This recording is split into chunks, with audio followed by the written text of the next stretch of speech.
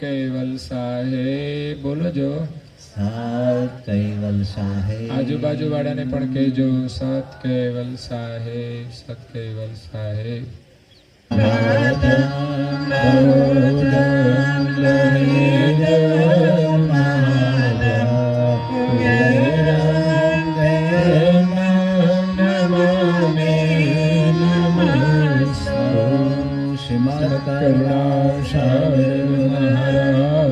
કી જય. કૈવલ ધામ કી જય. શ્રી અવિચલદાસજી મહારાજ કી જય. શ્રી કપિલદાસજી મહારાજ કી જય. શ્રી પ્રેમજીદાસજી મહારાજ કી જય. શ્રી ધર્મપ્રિયદાસજી મહારાજ કી જય. શ્રી દયાળદાસજી મહારાજ કી જય. શ્રી કલ્યાણદાસજી મહારાજ કી જય. સાત કૈવલ સાહેબ, સત કૈવલ સાહેબ, સત કૈવલ સાહેબ.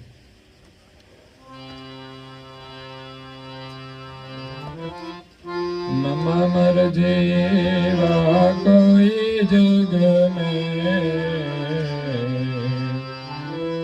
ફલ કય શકત જે નાવે ભગ મેં.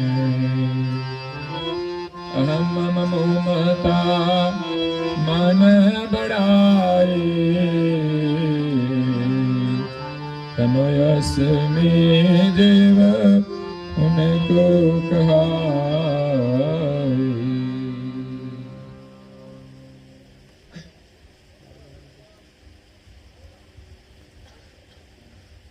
પ્રિય ભક્તજનો,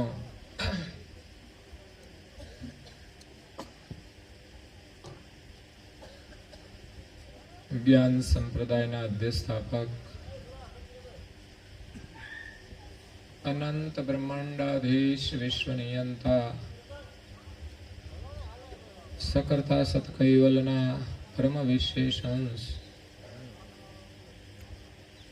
અનંત અંશોના તારણહાર પરમ મોક્ષના દાતા કૈવલ ધર્મ ધુરંધર મહાન સમર્થ પરમ શ્રેષ્ઠ પરમ વિભૂતિવાન પરમ દયાળુ પરમ કૃપાનિધિ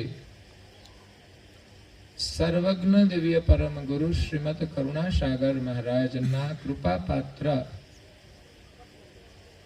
દ્વિતીય આચાર્ય પૂજ્યપાદ શ્રી નારાયણદાસજી મહારાજ જગતના જિજ્ઞાસુ અને મુમુક્ષુ અંશોને યથાર્થ જ્ઞાનનો ઉપદેશ આપતા સ્વરચિત સિદ્ધાંત બાવની ગ્રંથના 25મા અક્ષરને વિશે મરજીવાનો મહિમા સમજાવતા કહે છે કે મમ્મા મરજીવા કોઈ જગ મેં.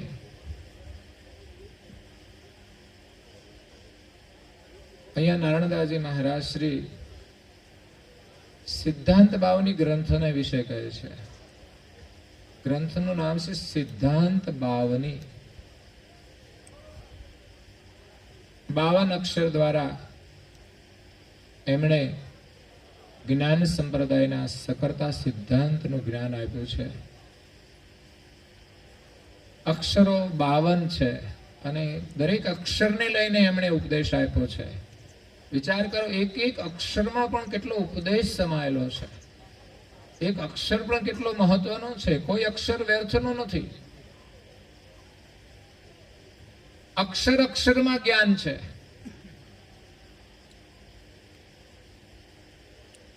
તો આપણે તો મરચાનો ભણીએ છીએ અને હોય મરચા જેવા જ. અને એની જરૂર તો ખરી હો પાછી. એ તો બધું મોડું લાગે છે. ભગવાને જે કંઈ બનાવ્યું છે ને બધું સારા માટે બનાવ્યું છે, પણ પ્રમાણસર લઈએ ને તો સારું, નહીં તો તકલીફ છે. પછી ખાય ત્યારે તકલીફ ને પેટમાં તકલીફ ને પછી પણ તકલીફ.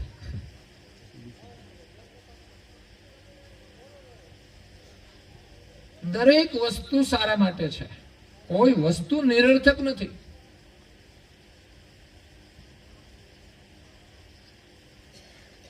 પણ એનો ઉપયોગ આપણે સમજીને કરવો જોઈએ. જરૂરિયાતની વસ્તુ હોય ન હોય તો પણ અગવડ પડે, અને જરૂરથી વધારે આપણે એનો ઉપયોગ કરીએ, અતિરેક કરીએ તો પણ મુશ્કેલી છે. કોઈ પણ વસ્તુ તમે જમવાનું લ્યો, જમવાનું બનાવ્યું, સારું બનાવ્યું હોય તો માપસર ખાવું જોઈએ, પણ વધારે ખાઈએ તો તકલીફ થાય. શરીર છે માપસરની બોડી હોય તો સારું, વધારે થાય તો શું થાય? બહુ વજન વાળું શરીર હોય પછી ઊંચી એડીના ચપ્પલ ના પહેરાય.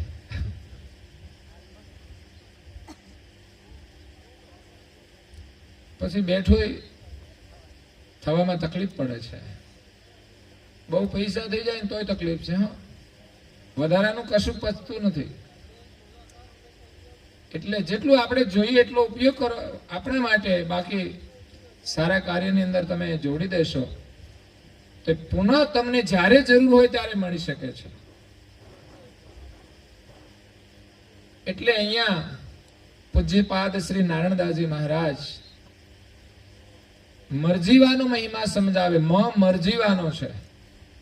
નારાયણદાસજી મહારાજ શ્રી એક એક અક્ષરમાં જે સંબોધન કર્યું છે ને બધા શબ્દો બહુ મહત્વપૂર્ણ છે. કહો તો કે કૈવલનો શરૂઆત ક થી થઈ અને ઉત્પત્તિ બધી ક થી થઈ છે. કંઠસ્થ શબ્દ છે ક ખ ગ ગ ઘ. તો અહીંયા મમ્મા મરજીવા કોઈ જગમે કરુણાસાગર બાપજીનું પ્રાગટ્ય જીવોના કલ્યાણ માટે થયું છે. ભૂલ પડી સવ અંશ કો કુન મમ કુન કરતાર, કહે નારણ તે કારણે આયે શ્રી કુબેર અવતાર. અને એક ચોપાઈ લખી છે કુબેર કબહુ ન આવત કૈવલ છોડ સંસાર, ભવ તારણ કે કારણ ધર્યો મનુષ્ય અવતાર. એ ક્યારે અહીંયા આવતા નથી પણ જીવોના કલ્યાણ માટે અવતાર લે છે. એને બહુ આવવાનું નથી થતું, કલ્પમાં એક વાર આવે. એટલે સંસારની અંદર જગતના જીવો ભૂલા પડી ગયા છે. પોતાનું નિજ ઘર ભૂલી ગયા છે, પોતાનું નિજ સ્વરૂપ પણ ભૂલી ગયા છે, અને નિજ કર્તાને પણ ભૂલી ગયા છે.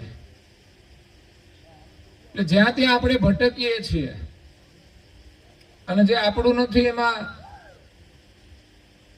મમતા રાખીને દુખી થઈએ છીએ.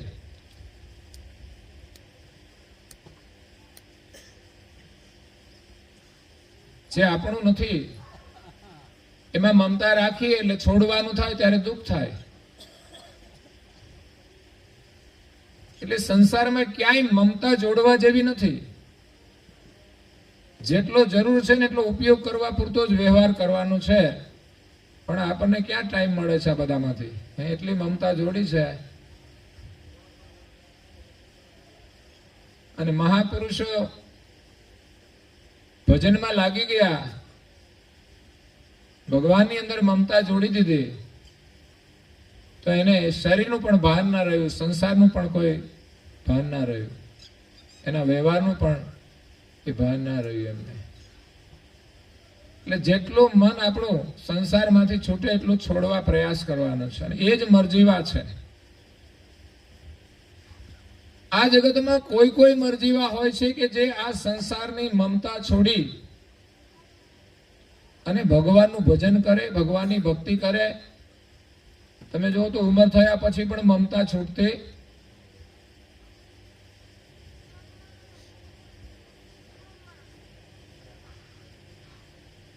ઉંમર થયા પછી મહારાજે કહ્યું ને કાલે વાળ ધોળા હોય તો કાળા કરે અને ચહેરો કાળો હોય તો ધોળો કરે.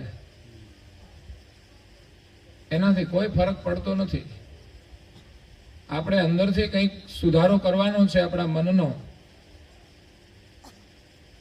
એને આપણે ઉજ્જવળ કરવાનું છે, પવિત્ર કરવાનું છે. એ કેટલું ગંદુ છે, એ કેટલું મેલું છે, એને મેકઅપ કરો ને. સેવાનો મેકઅપ કરો, સ્મરણનો મેકઅપ કરો, ધ્યાનમાં બેસો. ભલે તમને આવડે નહીં તો કોઈ નહીં, બેહો ને શાંતિથી, તો એ ધ્યાન છે. કારણ કે મન બેહવા નથી દેતું ઘડી કે. હા, શરીરને તકલીફ હોય ના બેસાય એ વસ્તુ અલગ છે, પણ વાતો કરવામાં તો ખબર જ નથી દેતી કે શરીરને તકલીફ છે એવું. એ તારે તો બધું ભૂલી જાય છે. વાતો કરવામાં જેવો રસ છે ને એવો જ રસ આપણે ભગવાનના ગુણગાન ગાવામાં રાખવાનો છે. ને વાતો જરૂર એટલી કરવી જોઈએ, પણ બંધન થાય એવી વાતો ના કરવી જોઈએ. નહીં તો આ સંસાર છે ને બધું બંધન છે. ખલક આશક તજે નાવે ભગમે, આવા વિરલા તો કોઈક જ હોય છે મરજીવા,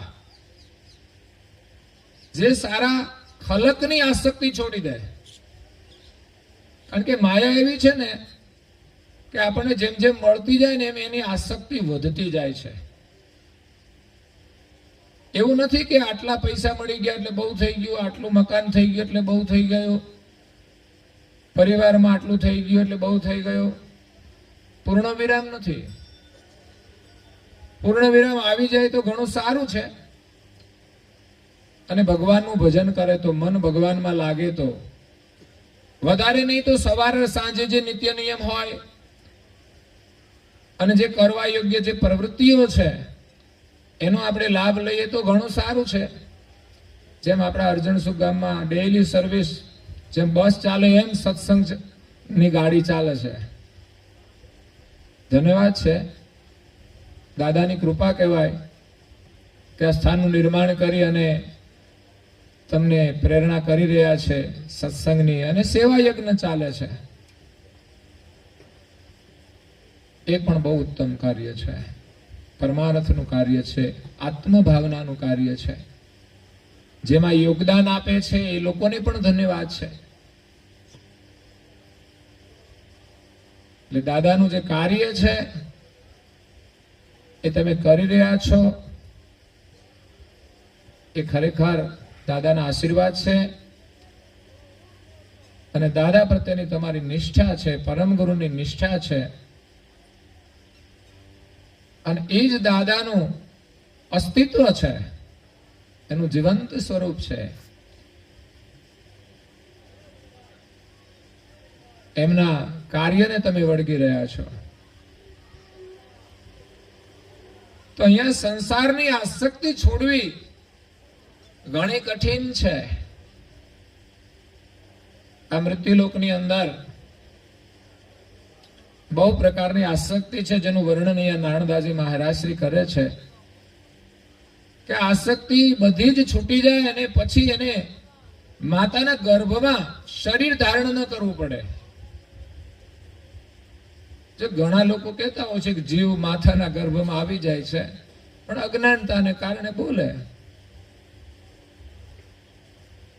વિજ્ઞાનના આધારે બોલતા હોય. કોઈ મહાપુરુષો અનુમાનથી પણ કહેતા હોય. ભજનોમાં પણ કહ્યું, જઠરાગ્નિમાં તને જુગતે રાખ્યો 9 માસ નિરાધાર, સ્તુતિ કીધી અલબેલાની ને બાર ધર્યો અવતાર, માયામાં મોહીને. આમ તો એ ગર્ભમાં તો છે જ, માયારૂપી માતાના ગર્ભમાં એ 9 મહિનાથી નહીં પણ કેટલાય જન્મોથી છે. અને આગલા જન્મની જે વાસના નક્કી થઈ હોય એના ગર્ભની, એ પ્રમાણે એ ગર્ભમાં શરીર એનું બને છે. અને શરીર બને એ સંસ્કાર હોય એની અંદર આવે એટલે પછી એ પ્રમાણે જ વર્તમાન કરે છે. એટલે જન્મતી વખતે આવે છે. એક નાની વાતો પરમ ગુરુએ લખી છે, પરંતુ ફરી એને જન્મ ધારણ ન કરવો પડે એવી જે કોઈ ભક્તિ કરે સંસારની આસક્તિ છોડીને, કારણ કે 14 લોક સુધીની ચાહના હોય છે.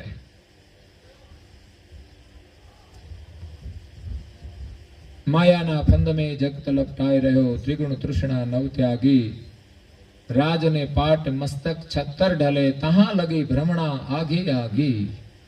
રાજપાટ મળી જાય તોય પૂર્ણ વિરામ નથી આવતો, બીજાનું રાજ પડાવવા માટે યુદ્ધ કરે. આપણા બોર્ડર ઉપર શાની લડાઈઓ ચાલે છે? બસ તમારું અમે લઈ લઈએ. હવે 5-10 ફૂટ કે 25 ફૂટ જમીન આવી ગઈ તો શું ફરક પડે? તમે સારી રીતે જેટલી જગ્યા હોય એમાં કામ કરો તો દેશ સુખી થાય. બાકી કોઈના દેશના અંદર પ્રવેશ કરી જાવ એનાથી કઈ દેશ સુખી નથી થવા. એવી મહત્વાકાંક્ષાઓ રાખતા હોય છે. અને એ જ સ્થિતિ સમાજમાં પણ હોય છે. એ તો જ્યારે વેચવાનું હોય, હૈયારું હોય ને જુદું પડે ત્યારે ખબર પડે. એક ઇંચ જમીન ના છોડે.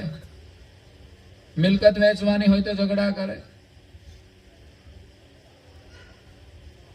કશું લાવ્યા નથી ને લઈ જવાના નથી,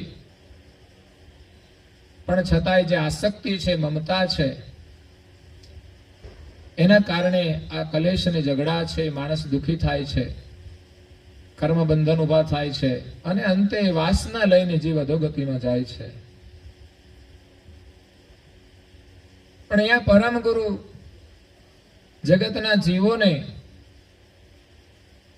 નિજ ઘરનું જ્ઞાન આપવા માટે આવ્યા છે, અંશની ઓળખાણ કરાવવા માટે આવ્યા છે, માલિકની ઓળખાણ કરાવવા માટે આવ્યા છે. આ સંસારમાં માયાનો તો ઝઘડો નથી કરવાનો, પણ આપણે કોઈ જીવ સાથે પણ ઝઘડો નથી કરવાનો. આપણે બધા એક જ માલિકના અંશ છીએ. એ સમજણથી આપણે ભક્તિ કરવાની છે. કોઈ ન સમજે, ન માને તો વાત અલગ છે. એનું જ્યારે પ્રારબ્ધ નિર્માણ થશે, સુકૃતનો ઉદય થશે, ત્યારે એને સમજણ આવશે.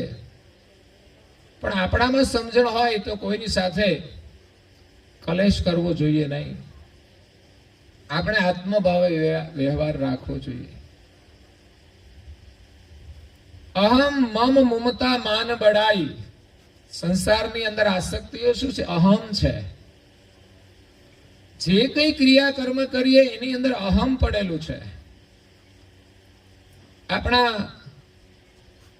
સ્વરૂપની જે અસ્મિ હતી એ ભૂલી ગયા અને દેહની અસ્મિ લાગુ પડી છે. હું કૈવલ કર્તાનો અંશ છું એ જાણ ભૂલી ગયા, એ અસ્મિ ભૂલી ગયા. અને જુદા જુદા દેહની જુદી જુદી અસ્મિઓ છે. સ્થૂલ દેહની દેહોસ્મિ છે, સૂક્ષ્મ દેહની જીવોસ્મિ છે, કારણ દેહની શિવોસ્મિ છે.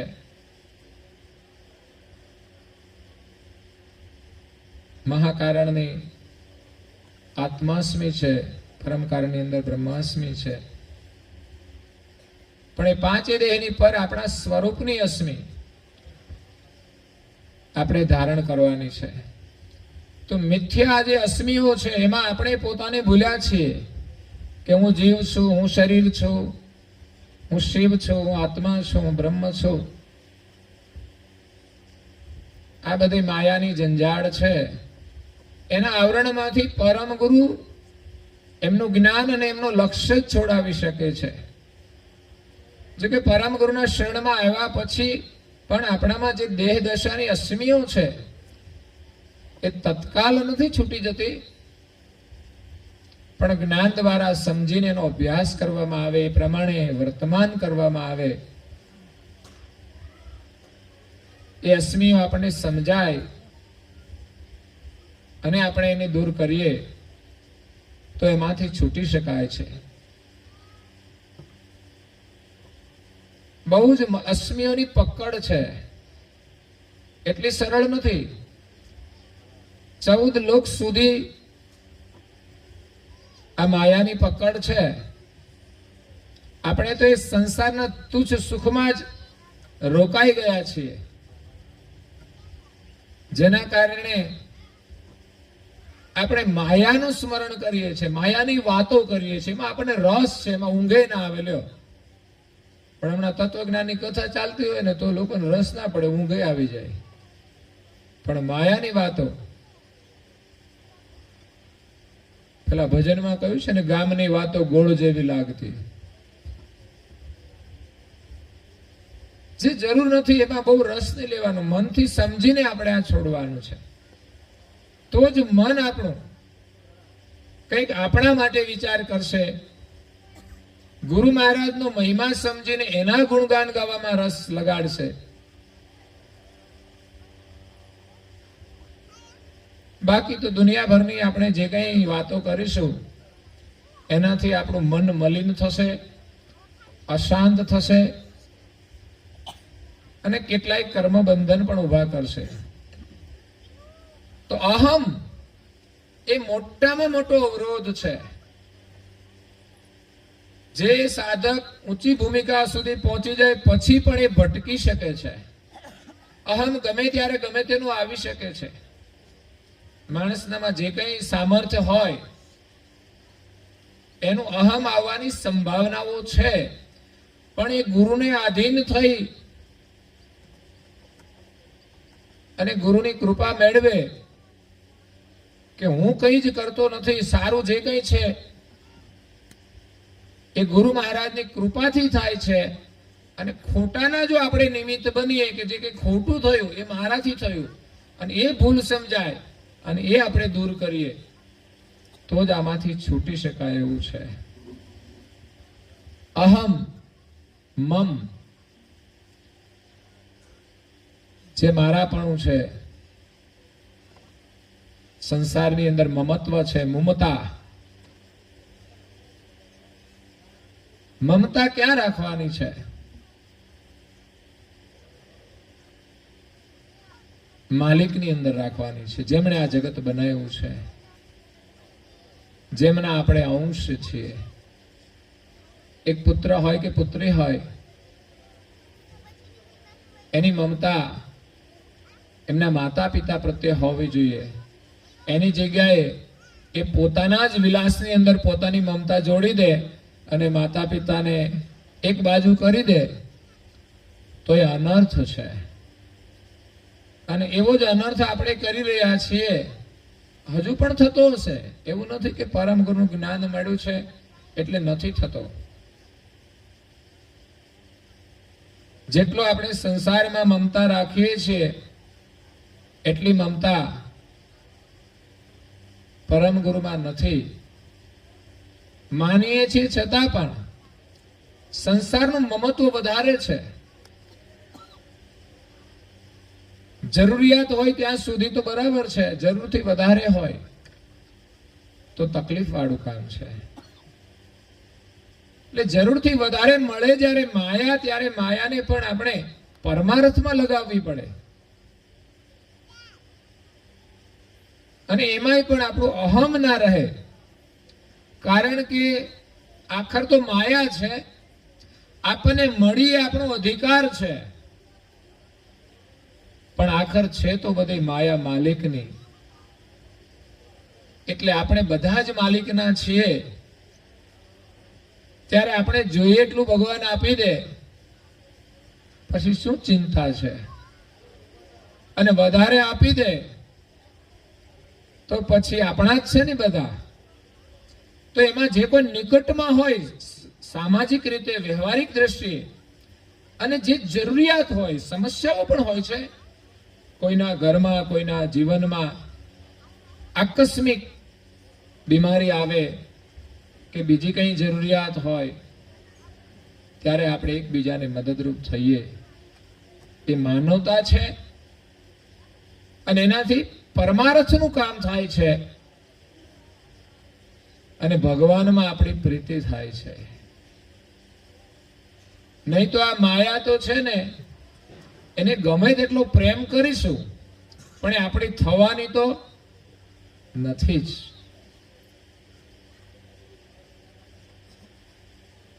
એ માત્ર આપણા માર્ગની અંદર કસોટી રૂપે આવી છે. લોભ અને લાલચ આપે છે, નવા નવા રૂપ લે છે. જો એને આપણે છોડીએ તો જ માલિક મળે એમ છે. એટલે માલિકે પણ આ વસ્તુ જે મૂકેલી છે ને, એ યોગ્ય રીતે મૂકેલી છે કે માલિકમાં પ્રેમ કેવો હોવો જોઈએ? તો આ 14 લોકની માયાને તુચ્છ માનીને છોડી દે, જેને કહેવાય લાત મારી દે, એ જ માલિકને મળી શકે છે.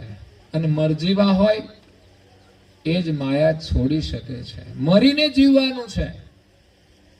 માયાનું જે જીવન મળ્યું છે એમાં તો મરવાનું જ છે. જ્યાં સુધી માણસ માયામાં જીવશે ત્યાં સુધી એને મરવાનું છે. પણ મરજીવાયો તો છે, એકવાર મરશે ને પછી એને જન્મ નહીં લેવો પડે, તો એને વારંવાર મરવું નહીં પડે, તો અમર થઈ જશે. અને મરજીવા એટલે મૃત્યુની પણ બીક ના હોય. ભગવાનને પામવા માટે કે સત્યનું પાલન કરવા માટે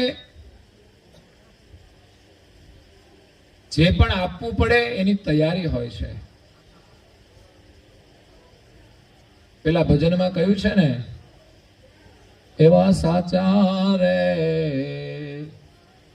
એ સંતોની માથે ભક્તિ કેરા મોલ. સાચા રે એ સંતોની માથે ભક્તિ કેરા મોલ. એવા સાચા રે એ ધર્મ સારું ધરવું હોય માથું ત્યારે આવે દોડા દોડ. એવાનું રીજન હે અવનીમાં ઓછા, એવાનું રીજન હે અવનીમાં ઓછા, બીજા લાખો ને કરોડ. સાચા રે એ સંતોની માથે ભક્તિ કેરા મોલ. સાચા રે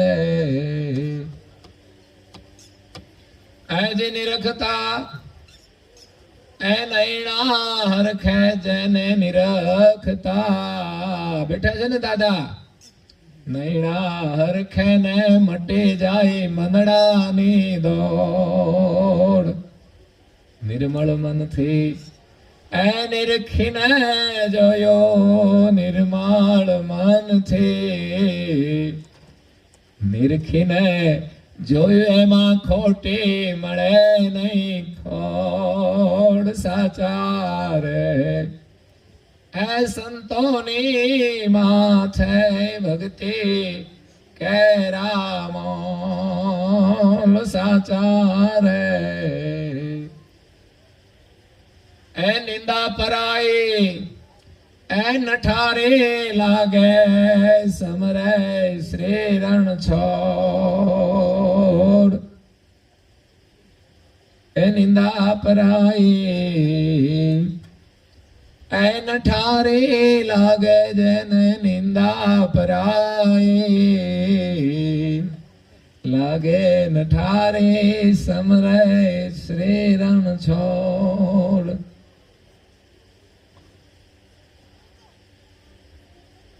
ભેગી સમાધિ ને ભજન તમારું, કીર્તાર પુરજો કોણ. સાચા રે એ સંતોની માથે ભક્તિ કેરા મોલ. દાદાએ માયાનો મોહ છોડ્યો હતો.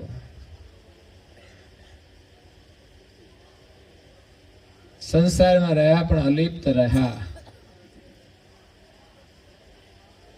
ન ગ્રહસ્થાશ્રમની માયા એમને આકર્ષિત કર્યા, ન એની કોઈ ચાહના હતી. સહજ સ્વભાવે રહ્યા.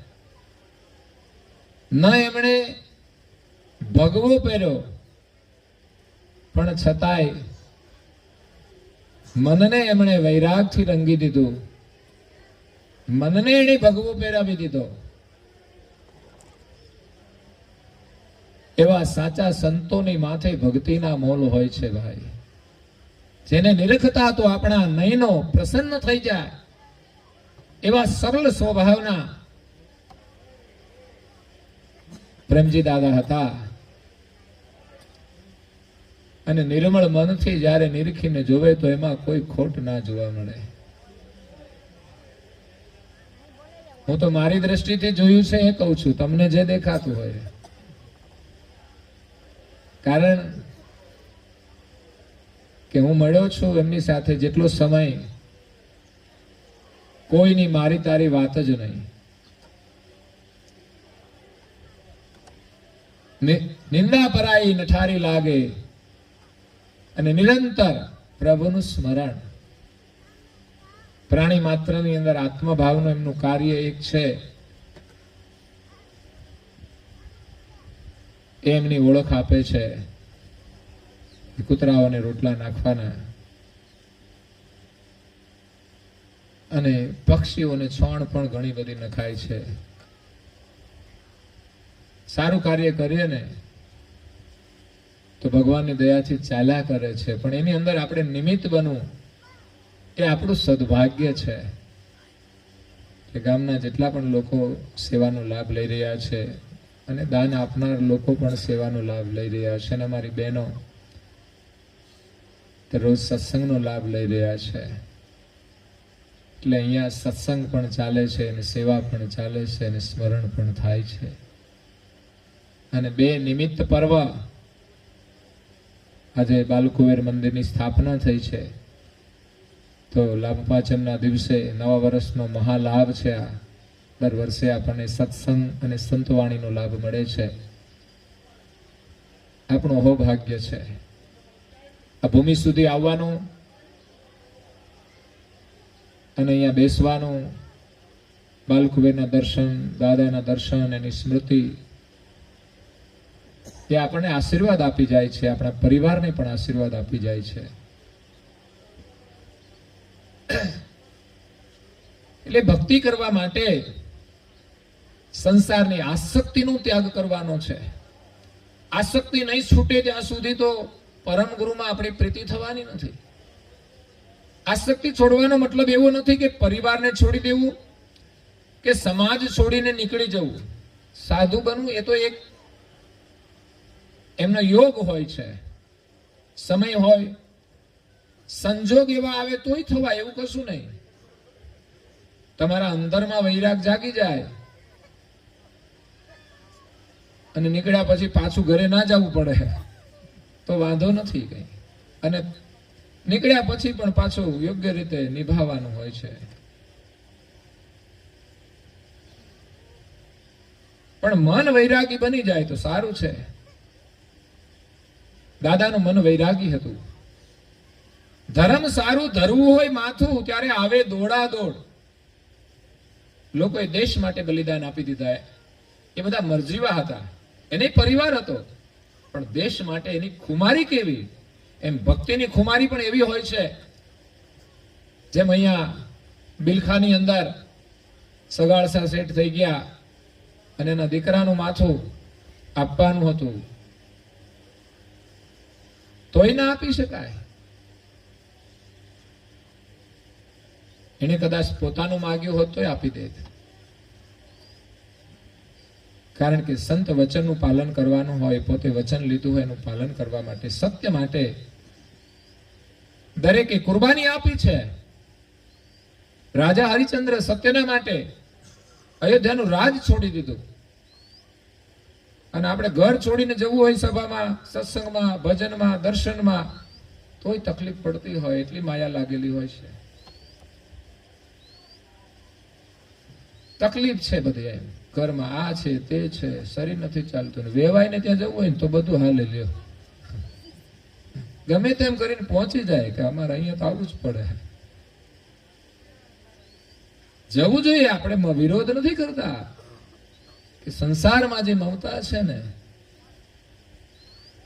એવી જ મમતા પરમ ગુરુમાં આપણને થવી જોઈએ, સત્સંગમાં થવી જોઈએ, એમની આજ્ઞા પાળવામાં થવી જોઈએ. એક એક આજ્ઞા આશીર્વાદ છે. સવારે વહેલા ઉઠવાનો નિયમ પરમ ગુરુની આજ્ઞા છે. પશુ પક્ષી ઉઠી જાય તો માણસ ના ઉઠી શકે? તો પશુથી પણ એ નીચે જતો રહ્યો. અને ઉઠીને કરવાનું ક્યાં બેસીને વાતો નથી કરવાની, ભજન કરવાનું છે. બેડી સમાધિ ને ભજન તમારું, કીર્તાર પૂરજો કોડ. એ કીર્તાર એના કોડ પૂરે ને. ભજન કરીશું તો આપણું કાર્ય થશે. એમને આપણે કઈ અહીંથી ફોન કરીશું, માગણી કરીશું તો એમ કઈ પૂરી નહીં થાય. જે કંઈ કરવું હોય એના માટે તમારે કંઈ પણ અર્પણ કરવું પડશે. તમારે ધન જોઈએ તો ધન વાવો, સંસ્કાર જોઈએ તો સંસ્કારનું યોગદાન કરો, ક્રિયા કરો. જે વાવશો તે જ ઉગવાનું ને. સંસારમાં જે કર્મ કરશો એનું ફળ મળશે. કોઈને તમે અન્ન ખવડાવશો, તમારે ભૂખ્યા નહીં રહેવું પડે, કોઈ તમને આપશે.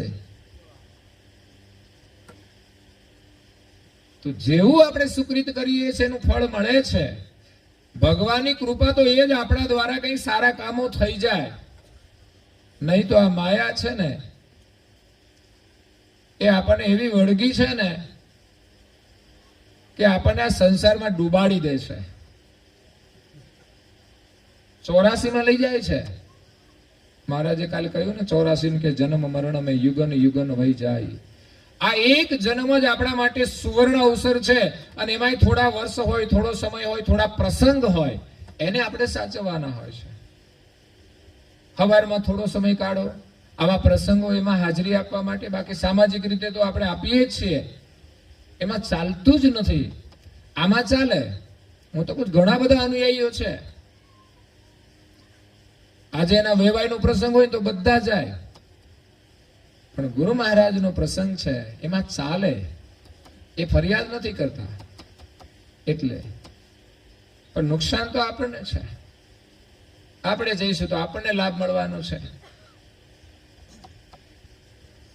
એટલે ધર્મ માટે મરજીવા બનવાનું છે.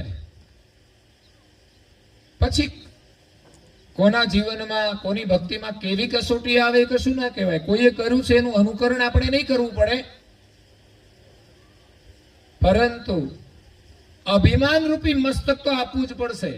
હા, બીજા કોઈએ તો માથા આપ્યા છે અને બધાને નથી આપવા પડ્યા, પણ અભિમાન તો બધાએ છોડ્યું છે. ભક્તિનો માર્ગ છે સુરાનો, નહીં કાયરનું કામ જો ને. પ્રથમ પેલું મસ્તક મૂકીને વર્તી લેવું નામ જો ને. નામ ક્યારે લેવાશે? કે તમારું માથું જ્યારે મૂકશો ને ત્યારે. એટલે તો પ્રણામ કરવાના છે. ઘણાને તો માથું ના નમે. બોલો, ખાલી એમનેમ નમાવવું છે, કાપીને તો શું આપશે? આપણે એકદમ નમ્રતાથી, આમ સરળતાથી માથું નમાવીને પ્રણામ કરવા જોઈએ. બે હાથ જોડીને સતકેવલ સાહેબ કહેવો જોઈએ. આજુબાજુમાં બેઠા હોય એને પણ પ્રેમથી હસતા હસતા સતકેવલ સાહેબ. વાતો કરે ત્યારે તો કેટલા ખિલખિલાટ કરતા હોય. અમે એકાબીજાને હવે નજર મેળવીને, હો, અને જો કંઈક આગુ પાછું દેખાય ને ખબર પડી જાય ને, તો ભક્તિમાં પણ આપણે આંખો મેળવીને એકબીજાનો પ્રેમ સંપાદન કરવાનો છે. પ્રેમજી દાદા છે ને એનું નામ છે ને એ જ આપણે લેવાનું છે. અને આ પ્રેમ સત્ય છે. બસ પરમ ગુરુને પામવા માટે પ્રેમ આપણે સંપાદન કરવાનું છે. પ્રેમ માલિકે આપ્યો જ છે. જો કે આરતનું જ બીજું સ્વરૂપ પ્રેમ છે. પણ એ પ્રેમ આપણો બધો સંસારમાં ઢોળાઈ જાય છે, સંસારમાં જોડાઈ જાય છે, વપરાઈ જાય છે. એમાંથી જ્યારે પાછો વાળીશું ને ત્યારે જ પરમ ગુરુમાં આપણો પ્રેમ લાગશે. અને સંપૂર્ણ જ્યારે વળી જાય ને ત્યારે જ આપણી વૃત્તિ એના સ્વરૂપમય બને છે. કારણ કે સૂક્ષ્મ પણ આ બાજુ હોય ને ત્યાં સુધી આપણે એના સ્વરૂપ સાથે સંપૂર્ણ જોડાઈ શકતા નથી. એનું જે સોહંગ સ્વરૂપ છે નિર્મળ, એમાં એકતા થાય તો આ બાજુનું કઈ રહેતું જ નથી. હા, તમે એવું નથી શરીર હોય એટલે વ્યવહાર બધો કરો, ખાવા પીવાનું કરો, બધાની સાથે વાતો કરો. પરમ ગુરુએ આવીને વ્યવહાર કર્યો છે. એમણે બધાને ત્યાં ભોજન લીધું નહીં તો એને કઈ ભૂખ લાગે? એને ક્યાં જરૂર પડે? સોહંગ સ્વરૂપને. જ્યારે રઘુરામ મહારાજે સોહંગમાં સ્થિતિ કરી તો એને ખાવાની જરૂર ના પડે. પણ પરમ ગુરુએ તો ભક્તિના આચરણ માટે, લોકોને એક આચાર સંહિતા આપવા માટે, એક ભક્તિ યોગ માટે આ ક્રિયાઓ કરી છે કે ભક્તો ભાવથી મને જમાડે.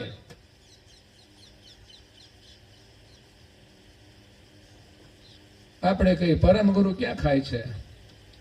વાત તો સાચી છે કે નથી લેતા, તો એ જમાડવાની ભાવના છે આપણી કે ચાલો એમના આગળ આપણો થાળ મૂકીને પછી આપણે જમીએ. એક સંસ્કાર બને છે, પરંપરાઓ છે. પરમ ગુરુ ધરાયું એટલે આપણા માટે પ્રસાદ બની જાય છે. અને સીધે સીધું ખાવ ને એમાં બધી આસક્તિ હોય. મૂઠો ભરે લોકો, જો તમે ખાવામાં સારી વસ્તુ હોય ને એમને મૂઠો ભરે. પ્રસાદ આવે ને પ્રસાદના રૂપમાં જ મળે, એમાં આપણી આસક્તિ ના હોવી જોઈએ. હા કર્યા જેટલા લઈને એટલે જ બદામના દાણા લેવા, પણ બદામ આવે તો 2-5 તો આવી જ જાય, અને હા કર્યા તો 1 થી વધારે આવે જ નહીં. હા આપણી કસોટી છે. હા પ્રસાદ એ પ્રસાદ છે. આસક્તિ ના હોવી જોઈએ. ખાવાની ચીજમાં પણ આસક્તિ ના હોવી જોઈએ.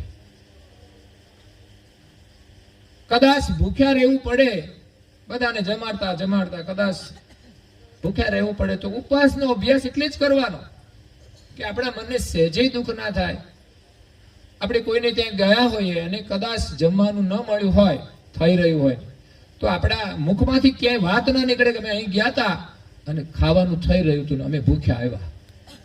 કોઈને ખબર જ, જેમ તમે ખાઈને આવ્યા હોય તો કોઈ દિવસ બોલવાના, તો એ જ સ્થિતિ ભૂખ્યા રહેવામાં પણ હોવી જોઈએ. અને જીવનમાં કદાચ પરિસ્થિતિ બદલાતી રહે છે ભાઈ. એવું નથી કે આ બધું મળે છે કાયમ મળશે. અહીં મળશે, બીજા જન્મમાં કોઈને ખવડાવ્યું છે તો મળશે, નહીં તો એમાંય ભૂખ્યા તો રહેવું જ પડશે. પણ આ જન્મમાં ક્યારેક એવી પરિસ્થિતિ આવે, શું અમીર હોય ને એને ઉંમર થયા પછી ઘરમાં હાચવે નહીં, કાઢી એક બાજુ મૂકે, ત્યારે એની પરિસ્થિતિ આવતી હોય છે, એની કલ્પના પણ ના હોય. એટલે જીવનમાં કંઈક અભ્યાસ કર્યો હોય તો દુઃખ ના થાય. અને કર્મ અનુસાર જે પરિસ્થિતિ આવે ને એને હંમેશા આપણે પ્રસન્ન મનથી સ્વીકારીએ. કર્મ કરો ત્યારે સાવધાન રહો, અને જ્યારે ફળ ભોગવવાનું હોય ત્યારે પ્રસન્ન રહો. પછી સુખ હોય કે દુઃખ. જો કે સુખમાં તો આપણે કઈ દુઃખી થવાના નથી, એ તો હસતા હસતા જ સ્વીકારી લઈએ છીએ, એની તો આપણે ખુશી મનાવીએ છીએ. પણ દુઃખ આવે ને તો સમજવાનું કે આપણા કર્મનું પરિણામ છે. બહુ કોઈના ઉપર દોષના ટોપલાય ના ઢોળવા. આણે આમ કર્યું ને એટલે મારું આમ થઈ ગયું. હવે તારા જ કર્મ ફૂટેલા હોય ને તો એવું શું થઈ જાય? એની શું તાકાત છે તારું બગાડી શકે? પણ ક્યાંક હશે આપણી ત્રુટિ, આ જન્મની ના હોઈ શકે એટલે આપણે નથી માનતા. પણ આપણું જીવન જે કંઈ છે ને, કોઈ ગરીબ છે, અમીર છે, શું તો હું ભગવાને બનાવ્યા છે? ભગવાને તો સ્વતંત્રતા આપીને એનું તો આ પરિણામ છે. સ્વતંત્રતાનો ઉપયોગ આપણે સ્વચ્છંદતામાં કરી દીધો. લોકો મનસ્વી રીતે જીવે છે અત્યારે, પણ એનું પરિણામ તો એમને જ ભોગવવાનું છે. અને કુદરતના નિયમથી વિરુદ્ધ જે કંઈ જીવન જીવે છે એનું ફળ પછી મળશે એવું નહીં. વર્તમાનમાં પણ એની એ પરિસ્થિતિ જ રહેતી હોય છે. એની મનોદશા છે ને એવી જ રહેતી હોય છે. પ્રકૃતિના સુખમાં ક્યાંય શાંતિ હોય જ નહીં, સંતોષ હોય જ નહીં. અને સંતોષ હોય એનું મન ભગવાનમાં લાગી જાય છે. એને બહુ મોહ નથી હોતો, એને માયાની આસક્તિ નથી રહેતી. તો અહમ મમ મમતા માન બડાઈ. અહમ, હું પણાનો અહંકાર આપણામાં બહુ જ હોય છે. ગમે ત્યાં આપણે આપણું નામ સમાજમાં સારું કરાવવા પ્રયત્ન કરતા હોઈએ છીએ. આપણે ભગવાન આગળ સારા થઈ, દુનિયા આગળ સારા થવાની કઈ જરૂર નથી. અને છતાંય જેણે જીવનમાં સારા કામો કર્યા છે ને એ દુનિયામાં સારા જ છે, પણ એ સારા થવા નથી પ્રયાસ કર્યો એમણે કે દુનિયામાં અમારું નામ લેવાય. એમણે તો પોતાનું કર્તવ્ય હતું, પોતાના કલ્યાણ માટે સારું કામ કરીને જતા રહ્યા. દાદાને જરાય પોતાની નામનાની પડી. એને કઈ એવું કામ નથી કર્યું કે પોતાનું નામ થાય. એમણે કહ્યું કે મારો ફોટો તો રાખવો જ પડશે, તમે આ કરો, એટલે કઈ એને જોયું જ નથી કશું. અહીંયા હોય તો કોઈને કશું કહ્યું નથી, તમારે જે કરવું એ કરો તમારી રીતે. અને એમણે એનું જે કાર્ય કરવાનું એ કર્યું હોય અને લોકોને કહ્યું હોય, પણ લોકો એને અનુસરતા હતા. એમને હયાતીમાં જેનો ખૂબ આદર કરતા હતા. અને એ જ સાચો ગુરુ ભાવ છે, એ સાચી ગુરુ નિષ્ઠા છે. અહમ મમ મમતા માન બડાઈ. એક એક દોષ છે ને બહુ ભયંકર છે. એ જે મગરમચ્છ પકડે ને કોઈને એમાંથી છૂટવું જે મુશ્કેલ છે ને એમાં બધા મગરમચ્છો છે સંસારમાં. અહંકાર ભલા ભલાને ઊંચાઈ ઉપરથી નીચે પાડી દે. રાવણનામાં શું હતો? હતો તો બ્રાહ્મણ, શિવનો ભક્ત હતો, પણ એના અહંકારે એનું પતન કરી દીધું, લંકાનું પતન કરી દીધું. અહંકાર એ ભક્તિનો પણ નાશ કરી દે છે.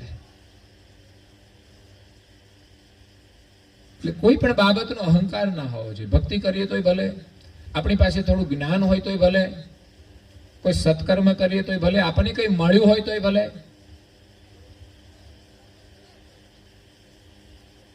જે માયા છે એનો અહંકાર છે. જે કંઈ આ બધું મળ્યું છે એ તો છોડીને જવાનું છે, અને જે કંઈ કરીએ છીએ એનો અહંકાર શા માટે? એનું ફળ તો આપણને મળવાનું છે, પણ અહંકાર કરે છે ને તો ફળ ડાઉન થઈ જાય છે. કારણ કે તમે અહંકાર તો કરી લીધો, એ જ તમારું ફળ મળી ગયું. નિષ્કામ ભાવથી જેટલું કર્મ કરીએ છીએ એનું ઉત્તમ ફળ મળે છે.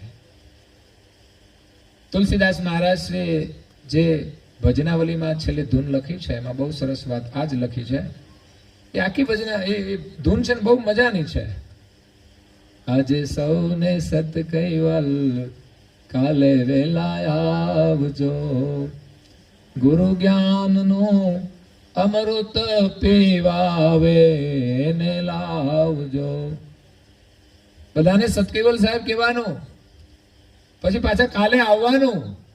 પછી કાલ અલગ અલગ પ્રકારની હોય. રોજ જે ચાલતું હોય એ પણ કાલ છે, અને આ પ્રસંગમાં આવ્યા છો પાછા બીજા પ્રસંગમાં આવજો. કાલે પાછા વહેલા આવજો, ગુરુ જ્ઞાનનું અમૃત પીવા. અને આવે એને લાવજો. એ આપણી ફરજ છે ભાઈ. આપણે હું એને આવવું હોય તો આવે, નહીં તો આપણે હું. એવું બહુ ચાલતું હોય.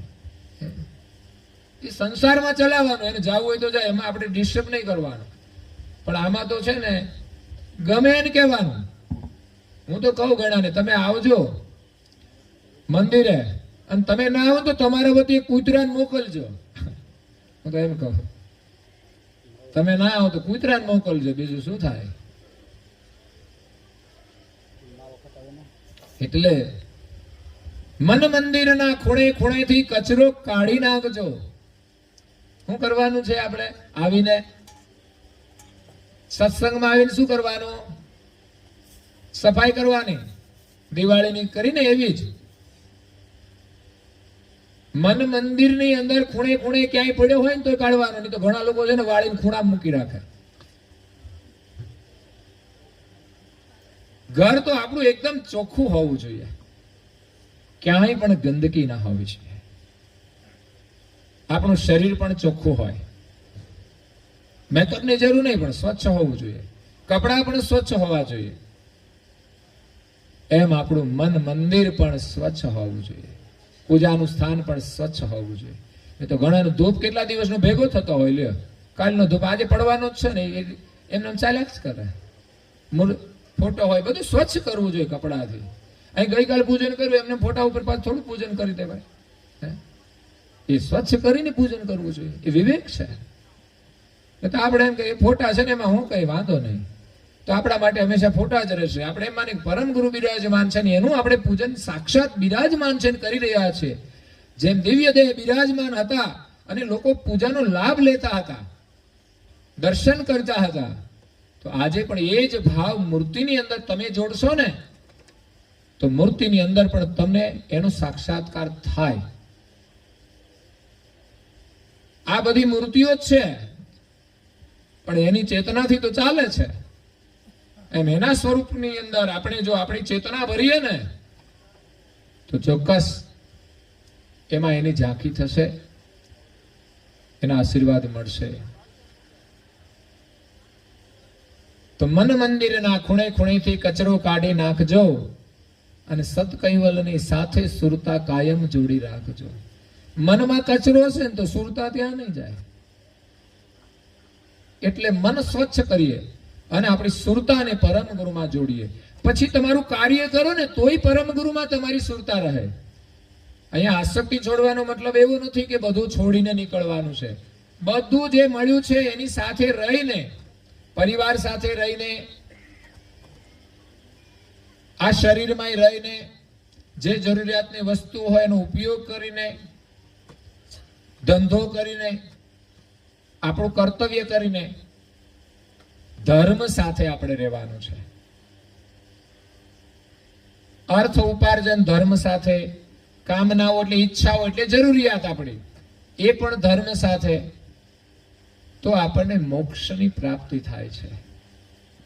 મોક્ષના માટે ભજન કરવાનું છે. તો ધર્મ સાથે આપણે અર્થ ઉપાર્જન કરીએ અને આપણી ઈચ્છા પૂર્તિ પણ ધર્મને અનુરૂપ હોય તો મોક્ષનો પુરુષાર્થ આપણે કરી શકીશું, ભજન કરી શકીશું. તો આ સંસારની અંદર રહેવાનું બેલેન્સ છે. સતકૈવલની સાથે સુરતા કાયમ જોડી રાખજો. પછી વાત લખી, સત્સંગને સેવા કરવામાં અહીંયા હેત વધારજો.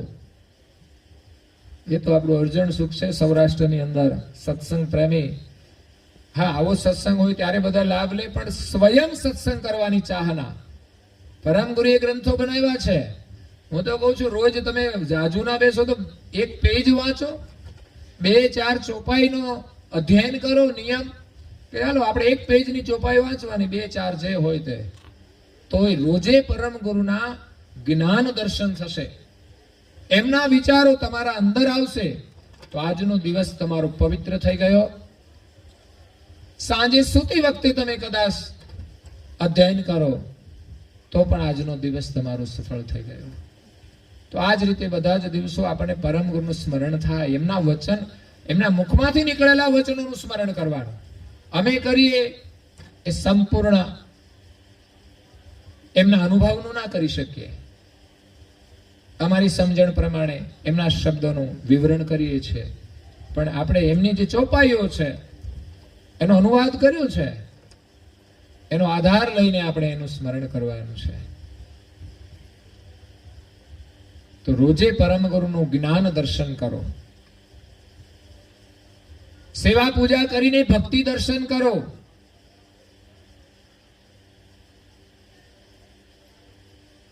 અને થોડી માયા મમતા છોડીને ધર્મ કાર્ય કરીને વૈરાગ દર્શન કરો.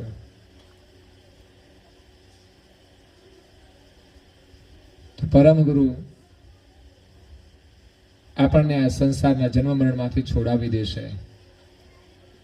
તો ભજન કહે છે, સત્સંગને સેવા કરવામાં અહીંયા હેત વધારજો. સેવા પ્રધાન છે. સેવા અને સત્સંગ આ બે પ્રધાન સાધન છે ભક્તિના.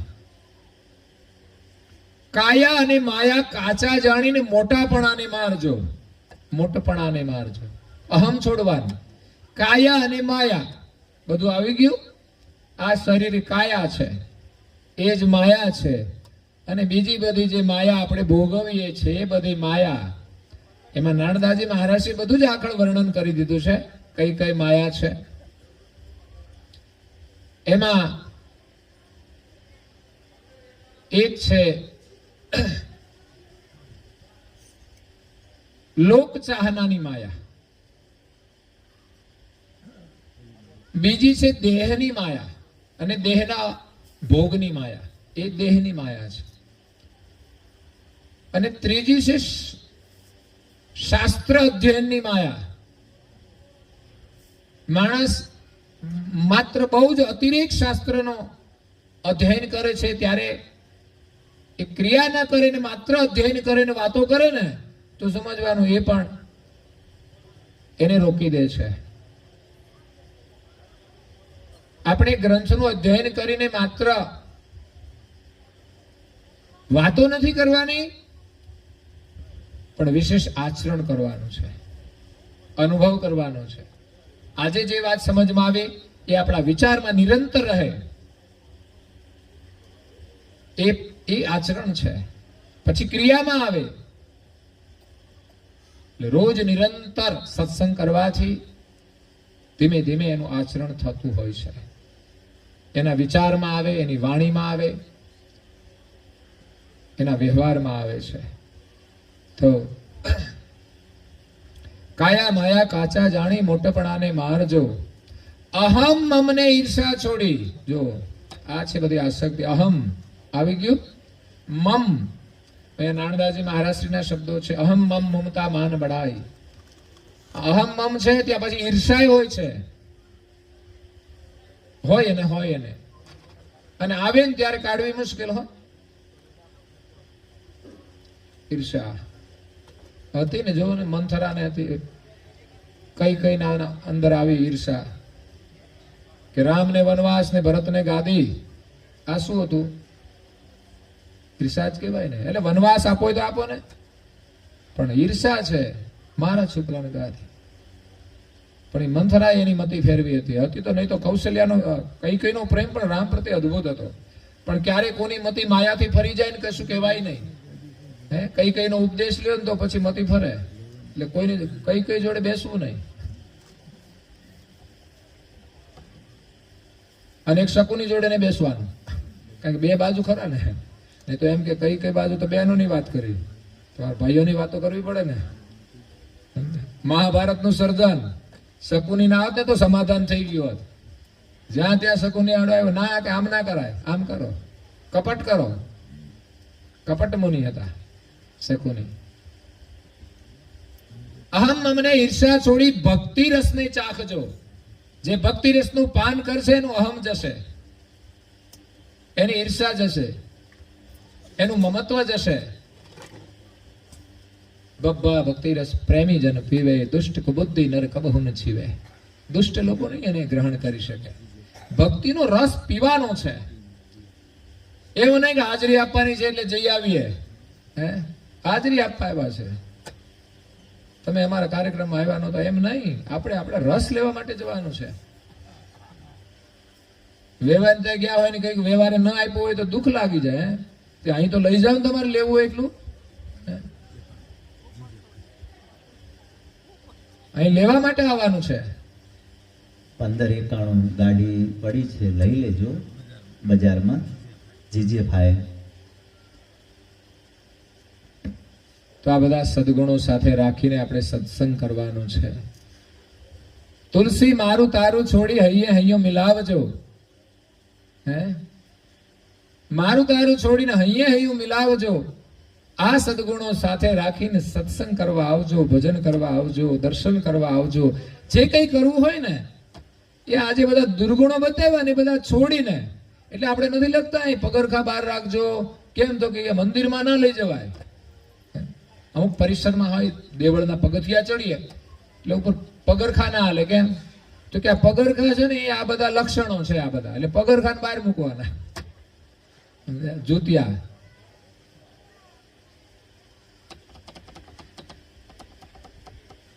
મંદિરના પરિસરની અંદર આપણે એક મર્યાદા હોય ને એ પ્રમાણે આપણે પ્રવેશ કરવાનો. ઘણી મોટી ઓફિસો હોય ને એના નિયમો હોય કે અહીંયા આવે એટલે આ રીતે જ અંદર જવાનું. ત્યાં કામ વગરની કોઈ વાતો ના કરવાની, અવાજ નહીં કરવાનો. તો આપણે અનુશાસનમાં રહેવું પડે. તમે કોર્ટમાં જાઓ તો બોલવા ના દે કશું. ત્યાં અવાજ કરો તો ચાલે નહીં. ત્યાં સીધી રીતે બેસવું પડે. ત્યાં ઘરની જેમ ઊંચા પગ કરી ના બેહાય. આપણે તો બેસતા નહીં આવડતું. ઘરમાં ખુરશી હોય તો ઊંચા પગ કરે, હાઇડ્રોલી અધર કરે. પેલા સિસ્ટમમાં બેહો ને, કારણ કે માલિકે તમને આમ બનાવ્યા છે, આમ નથી બનાવ્યા. એટલે આ બધી પ્રક્રિયા ઊંધી થઈ જાય એટલે તકલીફો થાય. યાદ રાખજો, ઊંધા ના બેહાય, હુવાય નહીં ઊંધા. સિસ્ટમ છે આરામ કરવાની, હુવાની, બેસવાની શીખવી જોઈએ. નહીં તો શરીરની તકલીફ થાય, બીજું કઈ નહીં. પછી જે ગેસ નીચે જતો ઊંચો જાય, પછી આમ માથે ચડે. એની સિસ્ટમ ઊંધી થાય ને. ટાંકી હોય એનાથી પાણીનો નળ ઊંચો કરો તો શું થાય? આવે પાણી, પછી ત્યાં ઉલટી ગંગા થઈ જાય. એટલે આ બધું શીખવાનું છે. અહમ મમ મમતા માન બડાઈ. મમતા છે તુલસી મમતા રામ સે સમતા સબ સંસાર. રાગ ન દ્વેષ દોષ ન દુઃખ દાસ ભય ભવ પાર. એવા આપણે પરમ ગુરુના દાસ બનીએ. રાગ અને દ્વેષ છોડી, મારું અને તારું છોડી,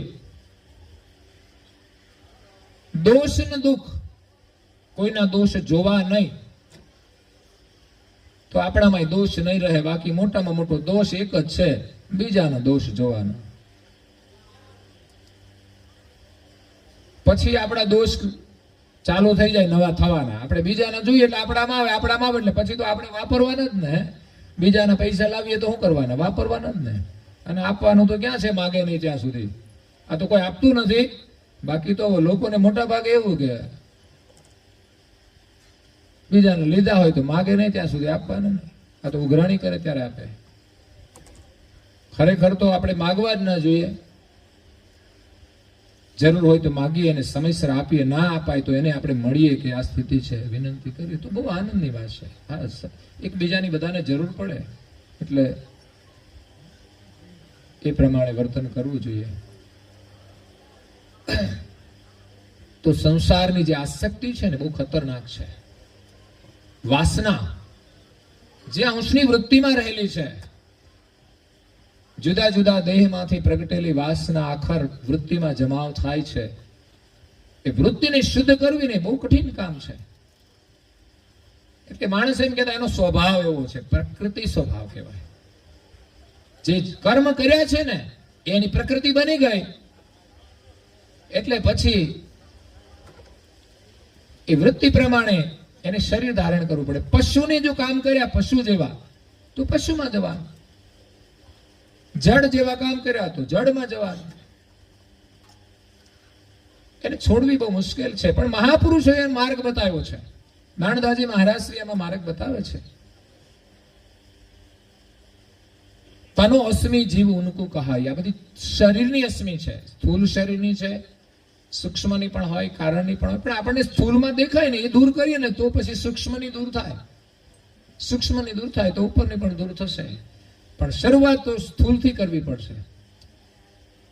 ઘણા જ્ઞાની સંતો એમ કે તમે સીધા જ વૃત્તિને વાળી દો ને એટલે કઈ આ નીચેનું કઈ કરવાની જરૂર જ નહીં. કે આ મંદિરે જવાનું, આ કરવાનું, નિયમ પાળવાના કઈ જરૂર ના પડે. તમારી વૃત્તિને સીધી વાળી દો જ્ઞાનથી. મેં કે વાળ તો ખરો, ખબર પડે, વાતો થાય. પણ મહાપુરુષે સીડી બતાવી હોય ને એમ ચાલવું પડે. કાં તો ગુરુની કૃપા હોય ને તો વળે, બાકી તો એ નથી હોતી તો અમે ક્યાંથી વળી જાય. ગુરુ પ્રત્યે આધીન પણ હોય તો પછી આપણે અહમ કરીએ જ નહીં કે ભાઈ આમ થઈ જાય ને તેમ થઈ જાય. એ ગુરુ કે એમ કરવું પડે. તો એમ તો કોઈ કરવું ના હોય તો પછી ક્યાંથી થવાનું છે. એટલે એકલી વાતોથી કશું થવાનું નથી. આસક્તિ માટે એક સુંદર વાત કરું. સંસારમાં બહુ પ્રકારની આસક્તિઓ છે ને એના બહુ બધા દ્રષ્ટાંતો હોય છે. જે પ્રકારની આસક્તિ હોય એ બધા જ દ્રષ્ટાંતો હોય છે. દરેક મહાપુરુષો જે થઈ ગયા એને કોઈ પણ પ્રકારના જે આવરણો હતા એમાંથી કેમ કેમ છૂટ્યા. એક મહાપુરુષોનું જીવન ચરિત્ર આપણને આસક્તિને છોડવા માટે પ્રેરણા આપે છે. અને એક પ્રકારની આસક્તિ છૂટીને તો સમજવાનું બધી છૂટશે. કારણ કે એક બંધન બીજા બંધન લાવે છે. એક આસક્તિને છોડવાનો માર્ગ મળી ગયો તો ક્રમશઃ બધી આસક્તિઓ છૂટી જશે. સંત એકનાથ મહારાષ્ટ્રની અંદર થઈ ગયા. એ વિઠોબાના ભક્ત હતા. પંઢરપુરની અંદર વિઠ્ઠલનું મંદિર છે, વિઠોબા કહે છે. બહુ મહિમા છે ત્યાં. જેમ અહીંયા આપણે ડાકોર ને અંબાજી ને પાવાગઢ ને એવા બધા સ્થાનો છે, એવો જ મહારાષ્ટ્રની અંદર આપણે તો આખા દેશમાં એવા સ્થાનો છે કે દરેક ક્ષેત્રના લોકો આસ્થાથી જોડાઈ રહે ને ત્યાં કંઈક સત્વ છે. આપણે બધું ઉડાડી નહીં નાખવાનું. સ્થાનનો પણ મહિમા છે. એમાંથી પણ લોકો પ્રેરણા લઈને સારું જીવન જીવે છે. તો એમને એક દીકરી હતી. એમણે એક બ્રાહ્મણ હતા, પોતે પંડિતાઈનું કામ કરતા હતા. એટલે 5 ગામ એના બધા ક્રિયાકર્મ કરવાના એ વેચેલા હોય. બ્રાહ્મણ હોય ને એક પિતાના 2 દીકરા હોય ને એટલે એ બધી ક્રિયાકર્મને પણ વેચી દેતા કે આટલામાં તારે જવાનું, આ ગામમાં તારે જવાનું. હાલ પણ એવું છે, પણ હવે ઓછું થઈ ગયું કરવા વાળા. તો 5 ગામની એમની એ ક્રિયાકર્મની વિધિ કરતા એ દીકરો મોટો થયો, સંત એકનાથ, એમની દીકરી હતી, એમણે જે પરણાવી એક સારો છોકરો જોઈને ધામધૂમથી ભાવનાથી એમણે લગ્ન કર્યા. દીકરીને તો એમણે સંસ્કાર આપીને મોકલી હતી, પણ સામે દીકરો છે ને એ જોયો તો સંસ્કારી, પણ કુસંગથી એ બગડ્યો. એટલે દીકરી ઘરે આવીને રજૂઆત કરે છે. થોડું થોડું દુઃખ હતું ને ત્યાં સુધી તો પિતાને ખબર પણ નહોતી, પણ સમસ્યા એટલી હદે વધી ગઈ ને એટલે દીકરીએ રજૂઆત કરી કે પહેલા તો એકલું પિતા હતા, પણ પછી એમાંથી જુગાર રમવાનું એમને ચાલુ કર્યું. એને એમ કે ત્યાંથી પૈસા આવી જાય, અને ત્યાંથી તો હવે એ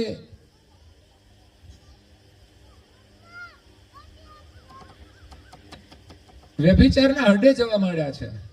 એટલે હદ થઈ જાય ને, એનું પતન થઈ જાય.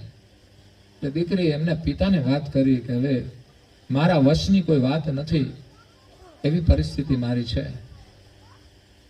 એટલે એના પિતાજી થોડા બ્રાહ્મણ બધું કામ કરતા હતા, એટલે ધર્મનું જ્ઞાન હતું. ત્યાં એવા એક દિવસ દીકરી અને જમાઈ મળ્યા, બેઠા હતા. પછી સંત એકનાથે કહ્યું કે મારે જમાઈની સાથે એકાંત મળવું છે. એટલે દીકરી જતી રહી. એમણે વાત કરી કે તમે આ પીવો છો ને એ કઈ ઠીક છે, બધું સામાન્ય છે, બધા પીવે છે, અત્યારે સામાન્ય થઈ ગયું ને, એમ વાત કરી થોડી હળવી. કારણ કે જમાઈને શિખામણ આપી અઘરું કામ છે. જમાઈને તો બહુ સાચવવા પડે સાહેબ, બગડેલા હોય ને તો સાચવવા પડે. એટલે પ્રેમથી કે તમે લ્યો છો ઠીક છે, બધું સામાન્ય છે, પણ અમારી દીકરી છે ને એની મમતા તમારા પ્રત્યે બહુ છે ને એટલે એને તકલીફ થાય છે, એમ બીજું કઈ નહીં. પતિ પ્રત્યે મમતા હોય નહીં તો કે પીન મરે, ભલે જે થવું હોય થાય, આપણે સમજે નહીં તો શું કરવાનું, એવાય છે મૂર્ખ. તો કે છે મારી દીકરી તમારા પ્રત્યે બહુ મમતા રાખે છે ને એટલે એને તકલીફ થાય છે. એટલે એમણે પેલા જમાયાથી કીધું તમારે મારા માટે એ જ ફરિયાદ છે? પણ ના, એ કઈ બીજી ફરિયાદ નથી, પણ એમ કે તમારી દીકરીની તકલીફ છે, એમ એ તમારી તો કઈ ફરિયાદ નથી, પણ એને તકલીફ થાય છે. એટલે તમે છે ને થોડા એને સવારે મેં તો તમને છે ને બહુ વિદ્વાન સંસ્કારી જાણીને એમની સાથે લગ્ન કર્યા છે, એટલે તમને બધું આવડે છે, એમ તમે ભણેલા હતા, અને આમાં તો હારા હારા ભણેલા બગડી જાય. હા, અત્યારનું શિક્ષણ છે ને એ બહુ ખતરનાક છે, બહુ ભરોસા વાળું નથી. એમાં તો હારા હારા બગડી જાય. लोग पढ़ते हैं, पढ़ पढ़ बिगड़ते हैं. हम तो पढ़ते हैं लेकिन बिगड़ते नहीं हैं. क्यों? क्योंकि हम तो गीता और रामायण पढ़ते हैं, आध्यात्मिक ग्रंथ पढ़ते हैं. एक कोई फिल्मी किताबें नहीं है. લોકો બગડે ક્યારે કે ના વાંચવાનું બધું વાંચે તો બગડે. એટલે ભણે છે ખરા, પણ કંઈક જુદું ભણતા હોય ત્યારે બગડે. એટલે મેરે સાવરે સલોને તેરા જલવા કહા પર નહીં હે. ભગવાનના શરણમાં જાય ને તો બગડે નહીં. એનો ચમત્કાર છે, બસ બીજું શું હોય ચમત્કારમાં? કે ભગવાન અહીંયા આવીને તમને કઈ બંગલા બાંધી દે? આપણે બગડી ના જઈએ એનાથી કોઈ મોટો ચમત્કાર નહીં. નહીં તો સંસારમાં રહેવાનું તો મુશ્કેલ છે ભાઈ. લોગ પીતે હૈ, પી પી કે गिरते हैं. ખરું ને? लोग पीते हैं, पी पी के गिरते. हम पीते हैं लेकिन गिरते नहीं है. हम भी पीते हैं, हम तो पीते हैं सत्संग का प्याला, लेकिन पी कर गिरते नहीं है. लोग पीते हैं लेकिन पी कर गिरते हैं. ये अंगूरों की मदिरा नहीं है, सत्संग एक प्याला है. महापुरुषे भजन में गायो છે, हे राम रस प्याला है भरपूर, पियो कोई घटक घटक घटक. राम रस ऐसा है मेरे भाई जो કોઈ પીએ અમર હો જાય. આપણે બધા પીએ છીએ, પણ શું પીવું જોઈએ? હે, પીને આપણી બુદ્ધિ બગડે ને એવું ના પીવું જોઈએ. બસ બીજું કઈ નહીં. શરીર બગડે એવું ના પીવું જોઈએ. એટલે અહીંયા સસરાજીએ જમાઈને સલાહ આપી છે કે તમે ભણેલા જોઈને અમે સંબંધ કર્યો છે, એટલે તમે ભણેલા છો, તમને જ્ઞાન છે, એટલે મારી દીકરી સમજતી નથી. સમજ્યા? જો આવું કેવું કીધું? નહીં તો આપણે કે અમારી દીકરી તો સમજ્યા, આને જ કઈ ભાન નથી. શું કહો? બોલો, સાચું જ કહી દો ને. પણ સમજાવવાની રીત કઈ જુદી છે. સમજ્યા? જમાઈને રાખવા હોય તો, છૂટાછેડા લેવો હોય તો કઈ વાંધો નથી. આ છૂટાછેડા ક્યાંથી શરૂ થયા ખબર છે? આ વાળ છૂટા થયા ને ત્યાંથી જ. મને આજે વિચાર આવે કે આ છૂટાછેડા થયા ક્યાંથી શરૂ? પેલા મારી માતાઓ છે ને વાળ બાંધી રાખતી હતી, અને અમારી બહેનો હવે છૂટા મૂક્યા છે ને, એટલે હવે છૂટા થાય છે.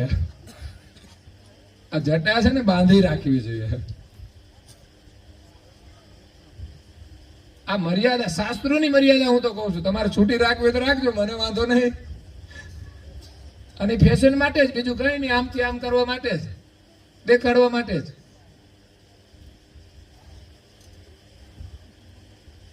એમાં પછી કેટલાય પતંગિયા ફસાઈ જાય. તો એને બહુ સરસ યુક્તિપૂર્વક જમાઈરાજને બોધ આપ્યો કે તમે રોજ છે ને ગીતાના 2 શ્લોક સંભળાવજો એમને. એટલે તો ઉપડ્યા. એ તો જતા રહ્યા. પછી પતિ પત્ની બંને. દીકરી બહુ સંસ્કારી હતી, એટલે કોઈ દિવસ ફરિયાદ નહોતી કરતી. એમ પતિ સાથે તોય પ્રેમથી રહેતી હતી, બધું જમાડી દે સરસ મજાનું. પતિ ઉપડ્યા સવારે, હું રાતે મોડો આવીશ. લે, સવારથી આ શરૂ થઈ જાય. બોલો, હવે એને ઘરમાં શાંતિ કેમ મળે? વિચાર કરો. આવાજ મળી જાય, પણ એને પ્રારબ્ધ પોતાનું સ્વીકારી લે છે. એવી દીકરીઓ આજે પણ છે. હો, આવા દુરાચારી લોકો દુર્ભાગ્ય મળી ગયા હોય ને, એમ થાય કે હવે આ જન્મમાં આપણું એવું દુર્ભાગ્ય હશે એટલે મળી ગયું, બીજું શું થાય? અને બધા નથી સહન કરતા તો છૂટાછેડા લઈ લે. બીજું હું આપણે એમ કે એને એનું દુર્ભાગ્યનું પરિણામ મળવું જોઈએ એકવાર, એટલે પછી. આ તો બાકી છૂટાછેડા તો હું લે દીકરીઓ, તો પરિસ્થિતિ એવી હોય એટલે લેવા પડે. તો અહીંયા ભાઈ ઉપડ્યા સવારે કે હું સાંજે મોડો આવીશ, પણ યાદ આવ્યું આ સસરાજીની શિખામણ કે કેલા પેલા 2 શ્લોક તો કહેવાના રહી ગયા. પાછા આવ્યા ને એટલે પેલી બેન કે કેમ પાછા આવ્યા તમે? એ તો પાછા રસોડામાં કામ કરવા બેસી ગયેલા ને. પાછા આવીને કે કેમ પાછા આવ્યા? કે તારા બાપુજીએ કામ સોંપ્યું છે ને મને. શું કામ સોંપ્યું છે? તને રોજ 2 શ્લોક સંભળાવવાના. નહીં તો પીવે ને તો કંઈક જુદા શ્લોકો જ સંભળાવે. એ સંભળાવે તો ખરો જ, આવે એટલે તમારે કમ્પ્લીટ સંભળાવી દે. અને એમાં જ કે એના બાપ સામે બધું કહી દે. હા, એને ખબર નથી કે એમણે આપી ત્યારે આ તારું ઠેકાણું પડ્યું છે, નહીં તો કેવી દુર્દશા થાત. ભૂંડ કરતા ખરાબ હાલત થઈ જાય. તો એમને શ્લોક અધ્યયન કર્યું, પછી એનું જે ટ્રાન્સલેશન હોય એ એમને સમજાય. તો રોજની પ્રક્રિયા હતી. તો રોજની પ્રક્રિયા બોધ આપવાની હતી કે ભાઈ કૃષ્ણએ આમ કહ્યું છે, આમ ભક્તિ યોગ છે, આ જ્ઞાન યોગ છે, આ કર્મ યોગ છે. પણ ભાન એને ધીમે ધીમે થવા માંડ્યું કે હું શું કરું છું. એ પોતે પત્નીને બોધ આપે છે. જરૂર નહોતી, પણ પિતાએ યુક્તિ કેવી કરી કે આ માણસ કરશે ને તો એનું સુધારો થશે, નહીં તો બાકી તો એની દીકરીને ક્યાં બોધ આપવાનો હતો. પણ દીકરીનું પાછું માને ખરો? હે, અહંકારી કોઈ પત્નીનો બોધ લે ખરા? સંત તુલસીદાસ હતા ને, પત્નીએ કહ્યું ને કે તમને જેટલો મારા શરીરમાં મોહ છે ને એનો અડધો રામમાં રાખો ને તો તમારું કલ્યાણ થઈ જાય ને. એમને ગ્રહણ કરી લીધો હતો, અને તરત રામમાં એટલી પ્રીતિ થઈ ગઈ. એ ભણેલા હતા, પણ પાછા શાસ્ત્રો ભણેલા હતા, અને મોહ થઈ ગયો હતો. લગ્ન કર્યાની ઈચ્છા નહોતી, લગ્ન કર્યા ભાઈ ફસાણા ફરી પાછું ઠોકર લાગી, ટકોર કરી તો પાછા જાગી ગયા. અને ઘર છોડીને નીકળી ગયા. પત્નીને એમ હતું નહીં કે આ મને છોડીને જતા રહેશે આટલું કહેવાથી. એને તો એમ હતું, મારો એટલો મોહ ના રાખો કે હું પિયરમાં જાઉં મારી પાછળ પાછળ તમારે આવવું પડે. બસ આટલું જ હતું. થોડી મર્યાદા રાખો એમ. કારણ કે બહુ હારીમ ના જવું એમ કે છે લોકો, માન ઘટે. પણ હવે તો જાજો ભાગે મોટા ભાગે ત્યાં જ હોય છે, નજીકમાં રહેતા હોય અને એમને ત્યાં જ પધરામણી હોય. પછી તો કેવું જીવન કહેવાય ખબર છે? આપણે પેલા નડકારીએ ને તોય આવી જાય પાછું.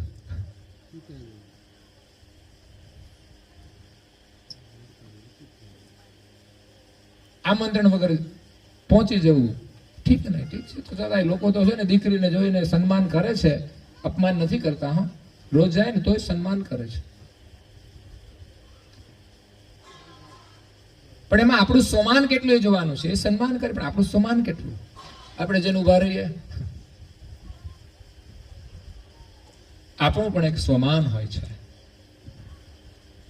કામ સિવાય ન જવું એ મહત્વનું હોય છે ને. કામ ના હોય જઈએ એનો કોઈ અર્થ નહીં ને. તો એ રીતે સાચી વાત પત્નીની પણ માનવી જોઈએ અને સાચી વાત પતિની હોય પત્ની પણ માનવી જોઈએ. બંને તરફથી સમકક્ષ છે. અહીંયા ધીમે ધીમે ધીમે એની અંદર એવું પરિવર્તન આવી ગયું કે એનું મન ભક્તિમાં લાગી ગયું. એમની જે બધી જ વાસના હતી ભયંકર, 3 કુટીવ છે. 3નો સંગ ન કરીએ મારા ભાઈ, નશો જુગાર ને નારી પરાઈ. આ 3 દોષ એનામાં હતા. આ ભજન એક શાંતિદાસે બહુ મસ્ત લખ્યું છે અને દ્રષ્ટાંતો અંદર આપ્યા છે કે જેણે જેણે આ કામ કર્યું એનું પતન થઈ ગયું છે. જુગાર પાંડવોરેમાં શું દશા થઈ?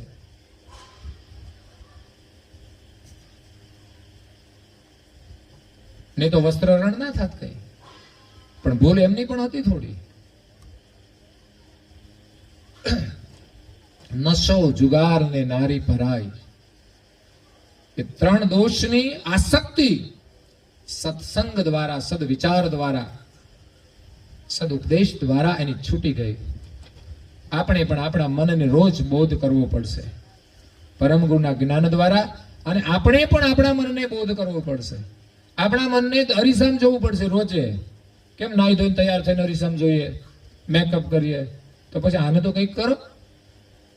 રોજ હરિસામ દેખાડો, ધ્યાનમાં બેસો, તમારું મન કેવું છે તરત ખબર પડશે. અને એમ લાગે ને કે આ લક્ષણ હારા નથી, એ સુધારો કરો. ડાઘા હોય તો કાઢો, સત્સંગનો સાબુ લગાડો, ભક્તિ રૂપી જળ લો. પરમ ગુરુએ આ બધો ઉપદેશ આપ્યો છે આપણને. ભક્તિ અનિલ સલીલ મલિન ભવ રજક ગુરુદેવ, સાબુ વૈરાગ સલ્યા સત પટક લીએ પટેવ. તો આ રીતે ભક્તિના માધ્યમથી, સત્સંગના માધ્યમથી, સેવાના અને સ્મરણના માધ્યમથી, અને મુખ્ય વસ્તુ છે આસક્તિ છોડવા માટે સંયમ. કેન્દ્ર બિંદુમાં છે સંયમ. નહીં તો મોટા મોટાઓને પણ આ માયાએ છે ને જમીન દોસ્ત કરી દીધા છે. એ જ મનને વાળવા માટે આત્મવિશ્લેષણ, સંયમ અને સદગુરુની કૃપાની જરૂર છે.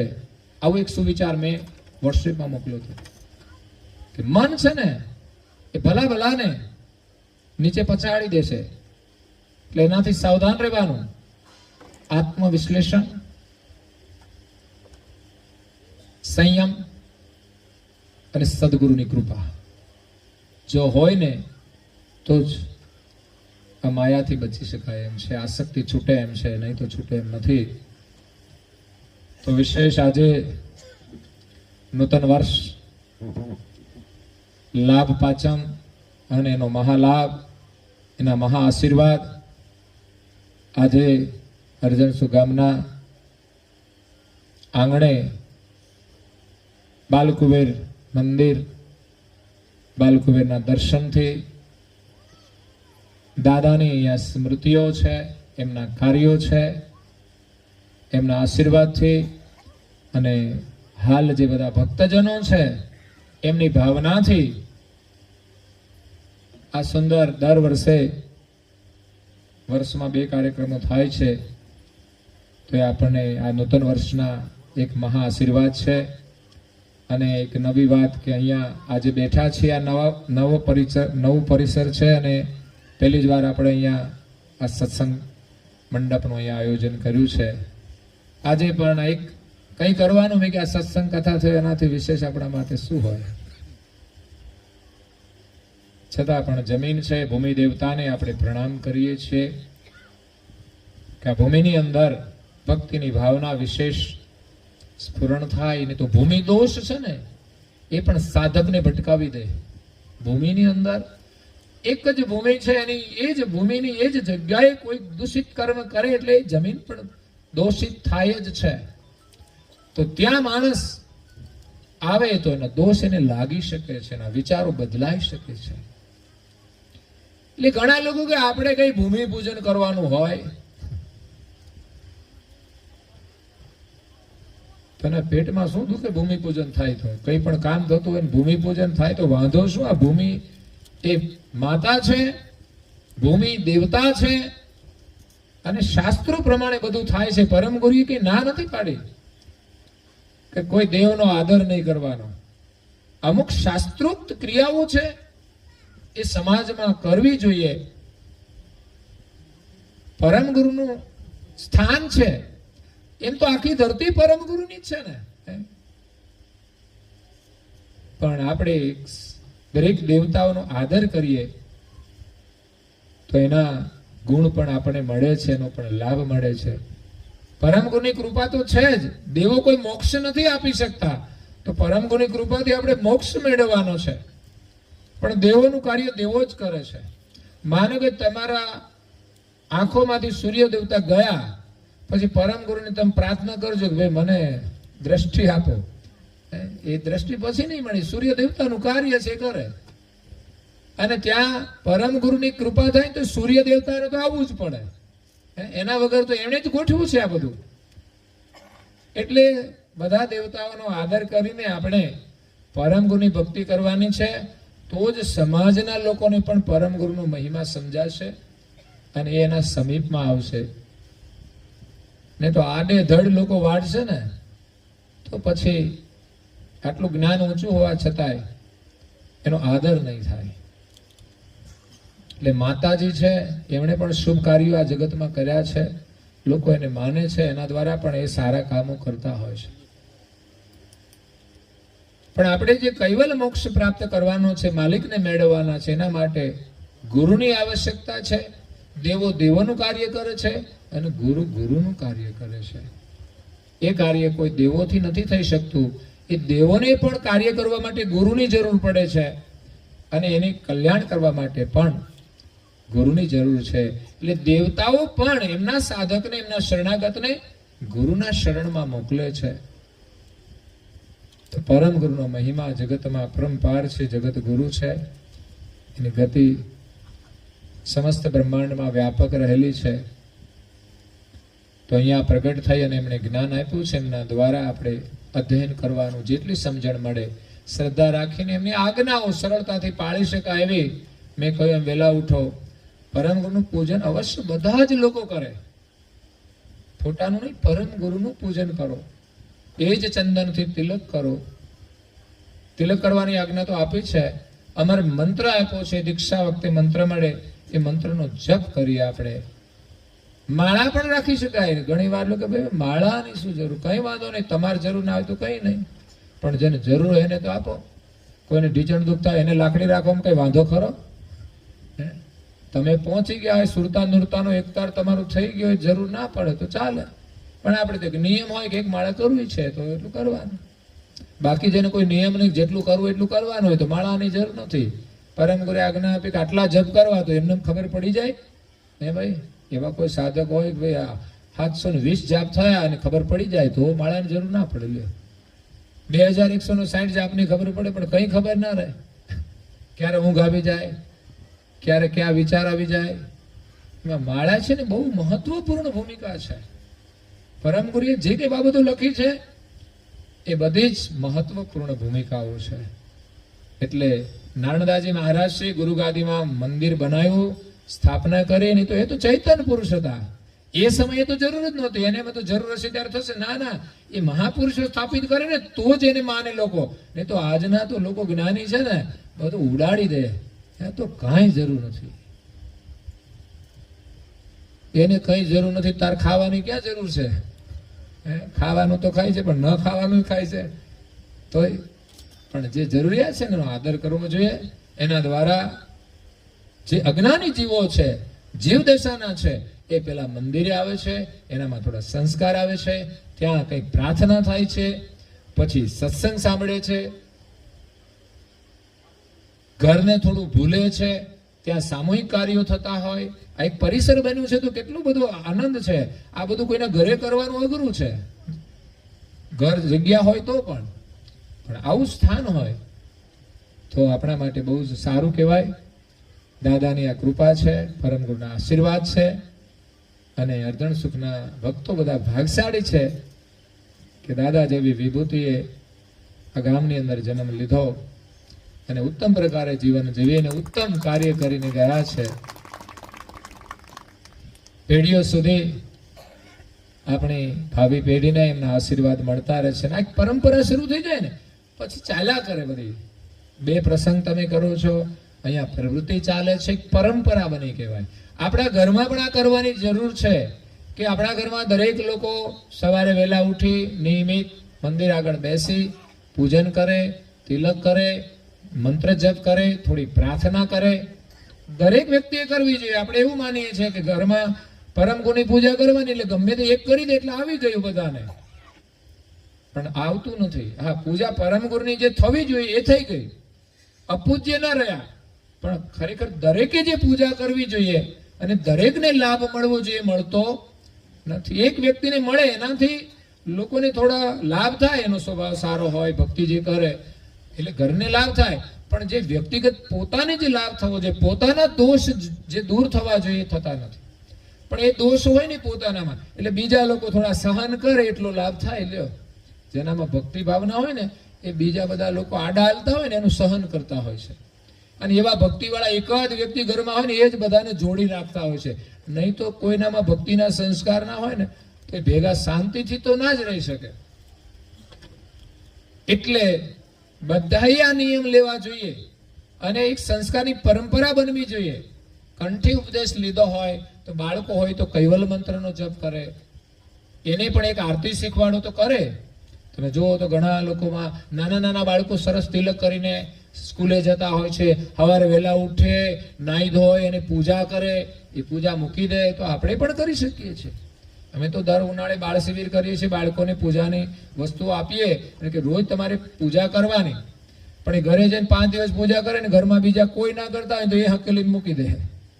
પ્રભાવ એ છે કે તમે બધા જ કરો તો બાળકોમાં એ સંસ્કાર આવશે ને કરશે. અને પછી બાળકોને જોડવા માટે આપણે અઠવાડિયામાં એકવાર સામૂહિક ઉપાસના પણ કરવી જોઈએ. કે આજે આપણે બધા ઘરે છીએ તો સમૂહમાં ભોજન કરીએ છીએ, એ જ રીતે પરિવાર સાથે આપણે પ્રાર્થના કરીએ, ક્યારેક ગ્રંથનું વાંચન પણ કરીએ. 15 મિનિટ કરીએ રોજે. 15 મિનિટ તો આપણો મોબાઈલ જોવામાં જતો રહે, વોટ્સએપના ખાલી મેસેજ ફેરવવામાં, કચરો ફેરવવામાં, જરૂરી ના હોય ને એવા કચરો ફેરવવામાં જતા. તો 15 મિનિટ જ આપણે જો 2 ચોપાઈ 4 ચોપાઈ વાંચીએ અને નિયમ રાખીએ ને તો 1 વર્ષમાં 1 ગ્રંથ તો કમસે કમ વંચાઈ જાય. તો એનો બહુ જ મોટો લાભ થશે, એનું પરિણામ આવશે.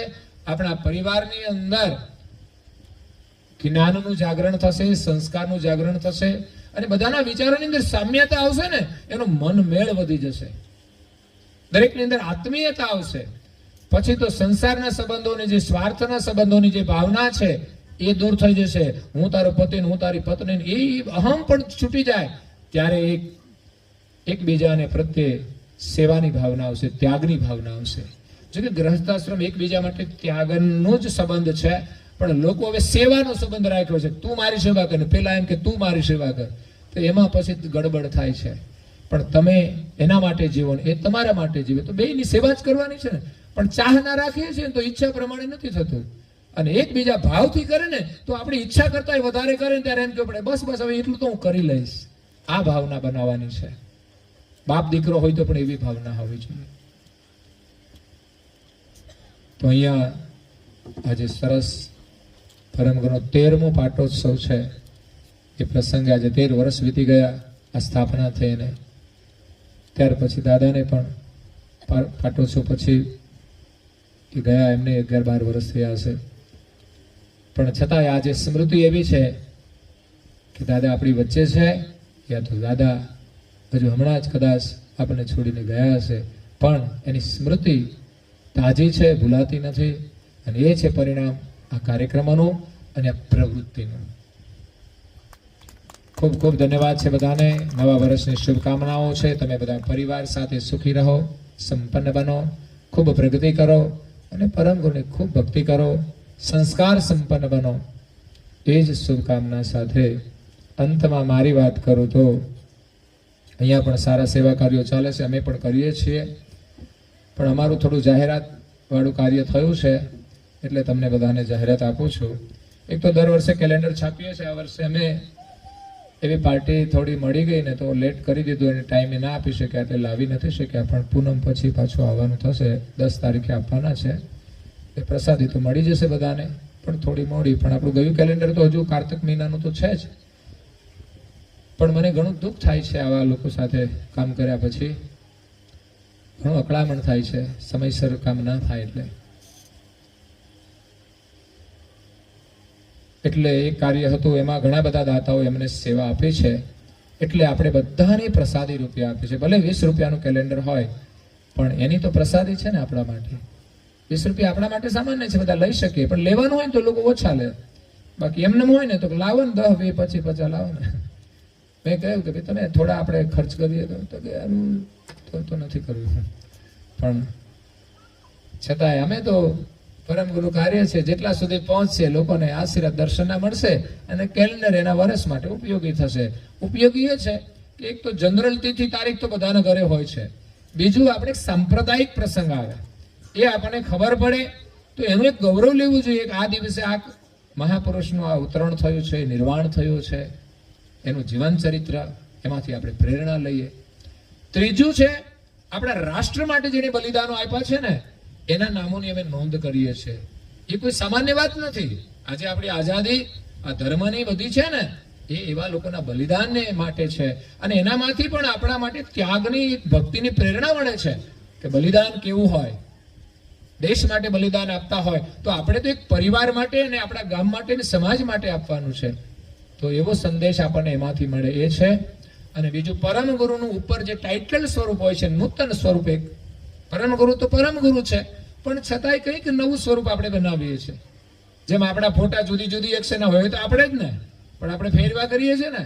ઘડીક આમ ફોટા પાડીએ, ઘડીક આમ પાડીએ, ઘડીક આમની જોડે, ઘડીક આમને જોડે. એમ આપણા કેલેન્ડરમાં આપણે એક નૂતન દર્શન હોય છે પરમ ગુરુનું.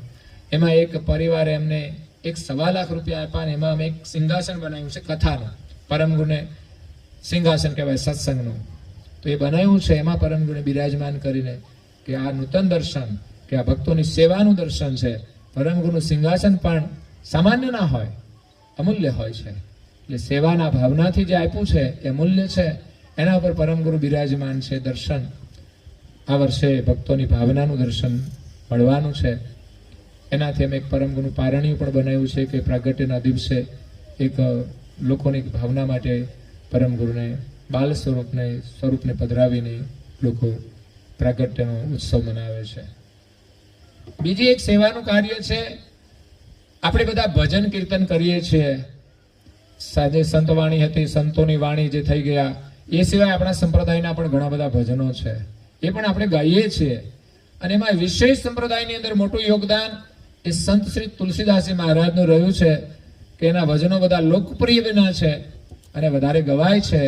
એટલે ગુરુગાદી સારસાપુરથી એના અલગ અલગ પુસ્તિકાઓ મળતી હતી. પછી અમે એને જુદી રીતે સંકલન કરીને એક પુસ્તિકા કરી અને સરળતાથી બધા ભજનો મળી જાય એવા પ્રકારે. તો એ પુસ્તિકાઓ અમે એક વાર બધાને આપી છે. 1000 પુસ્તિકાઓ છપાય ત્યારે. પણ છેલ્લા 4-5 વર્ષથી પુસ્તિકાઓ હતી નહીં એટલે બધા ઉઘરાણી તો કરે. પણ મેં કીધું એ તો હવે ભાઈ એવો યોગ થાય ત્યારે છપાય. તો હમણાં જ દિવાળી ઉપર હું આવ્યો હતો ત્યારે ખજૂરી ગામે ગયો અને એમણે મને ઉઘરાણી કરી કે તમે ભજનાવલી છપાવો. મેં કીધું તમે બધા સહયોગ કરો તો છપાવી દઉં. કારણ કે અત્યારે હું મોટું કામ લઈને બેઠો છું, એટલે નહીં તો હું જ છપાવી દઉં. મારે તો એવું કે જેની જરૂરિયાત હોય, પહેલી વખત અમે કોઈ કહ્યું નહોતું, કોઈને જાહેરાત પણ નહોતી કરી, આ વર્ષે કરી છે. કીધું આ મોટું કામ છે તો જેને પણ સહયોગ આપવો હોય એ 1000, 2000, 5000 એ દાતાઓનું નામ એ પુસ્તિકાની અંદર મૂકવામાં આવશે અને 70% રકમ અમે લેવાના છીએ. એનો ખર્ચ 70% થશે એટલે અમે સ્ટોપ કરીશું. 70% માઇનસ કરીને 30% જે ખર્ચ થશે એટલી એની કિંમત રાખી અને બધાને આપવાના છે, જેથી વ્યવસ્થા સચવાઈ રહે. 100% લઈએ તો બધી આપણે ફ્રી આપવી પડે ને ફ્રી આપીએ એટલે પછી તો બધા જોઈએ ના જોઈએ ગમે તે ખલાસ જલ્દી થઈ જાય. પછી જે અમે 1000 છાપી હતી, જરૂરિયાત હતી તો લોકો માંગતા હતા, પણ છતાં અમે એની કિંમત 50% રાખી હતી, કારણ કે અમને 50% રકમ મળી હતી. 50 થી પણ ઓછી હતી તો ઘણી ફ્રીમાં તો જાય જ. અમારા સંતો ઉદઘાટનમાં આવ્યા હતા, બધાને ફ્રી આપી હતી. બીજા મંડળ વાળાને અમે ફ્રી આપી દઈએ, કોઈ એવા ભક્ત આવ્યા હોય તો આપી દઈએ, પણ છતાં થોડી ઘણી રાખી હોય તો એ રીતે છપાવવાના છે. કોઈને સેવા આપવી હોય તો આપજો. અને મોટી મહાસેવા તમારી પાસે એકવાર અમે માગીએ છીએ. આમ તો આ એક સાંપ્રદાયિક મંદિર સોનારિયા ગામે બની રહ્યું છે. એક સૌરાષ્ટ્રનું મોટું સ્થાન બનાવી રહ્યા છે, સેવાનું કેન્દ્ર, સંસ્કારનું કેન્દ્ર, સત્સંગનું કેન્દ્ર. તો એમાં બહુ ભવ્ય મંદિર છે, મોટું મંદિર છે, ખર્ચવાળું છે. 5 વીઘાના વિસ્તારની અંદર, 4 વીઘાના કોટની અંદર, અને ગુરુગાદી સારસાપુરી છે એ પ્રકારની ડિઝાઇનમાં આપણે એવું મોટું મંદિર બનાવી રહ્યા છીએ. લગભગ 33% કામ થયું છે અમારું. એટલે 1 કરોડ ને 10 લાખનું કામ કર્યું છે અને હજુ 1.5 થી 2 કરોડ રૂપિયા, 1.5માં બની જાય પણ બીજું બધું કામ થતા 2 કરોડ રૂપિયાનો ખર્ચો એમાં છે. તો એમાં આપણે બધાએ ફૂલ નહીં તો ફૂલની પાંખડી, તમારી જે કંઈ ક્ષમતા હોય એ પ્રમાણે, અને આપણું કાર્ય છે એ ભવિષ્યમાં જ્યાં સુધી રહેશે ત્યાં સુધી આપણને આશીર્વાદ મળતા રહેશે. અને આ કાર્ય એ કોઈ ગામવાળા માત્રથી નથી શરૂ કર્યું, પણ પરમ ગુરુની પ્રેરણાથી થાય છે. એટલે એક સમસ્ત સંપ્રદાયનું સ્થાન બની રહ્યું છે. એ તો જે મંદિર હોય ગામ પૂરતું હોય તો ગામના લોકોથી બની જાય. 1 કરોડમાં તો અત્યારે ઊભું થઈ જાય, આરસીસીમાં બનાવી દઈએ, પણ ભવિષ્યમાં આ લાંબા સમય સુધી એમનું અસ્તિત્વ રહે એટલે પથ્થરમાં બનાવીએ છીએ. આપણે અહીંયા જેમ પથ્થરમાં નાનું મંદિર છે તો અત્યારે મોંઘું છે બધું, પણ છતાંય જો લોકો 50-50 લાખના એમના મકાન, ફ્લેટ ખરીદતા હોય, 1-1 કરોડના પણ એ મકાન બનાવતા હોય, તો પરમ ગુરુનું 2 કે 3 કરોડનું ખર્ચવાળું મંદિર, અને એ કેટલું મોટું પરિસર. ભવિષ્યમાં ત્યાં અમારે સેવા યજ્ઞો ચાલશે તો સમાજને સારો લાભ મળશે. તો અત્યારે અમે કમર કસી છે. બીજું, અમને પરમ ગુરુમાં એટલો વિશ્વાસ છે, પણ તમે એમાં સહભાગી બનો, પરમ ગુરુના આશીર્વાદ તમને મળે એ તમારા માટે ગૌરવની વાત છે. એટલે જેટલા પણ લોકો સહયોગ આપી શકે, અમારા સંતોને પણ નિવેદન છે કે સહયોગ આપવા માટે, અને જે આશ્રિતો હોય એમને પણ પ્રેરણા આપવા માટે. આ તો પરમ ગુરુનું કાર્ય છે, પરમ ગુરુના આશીર્વાદ લેવાના છે. તો અવશ્ય તમે સેવામાં સહયોગ આપી સહભાગી બનશો. તો અહીંયા મારા નિવેદનને હું વિરામ આપું છું. आद्य सकृत स्वराज करुणेश केवल करता की जय। पूज्य श्री कृष्ण स्वामी महाराज की जय। पूज्य श्री परम गुरु श्रीमद करुणा सागर महाराज की जय।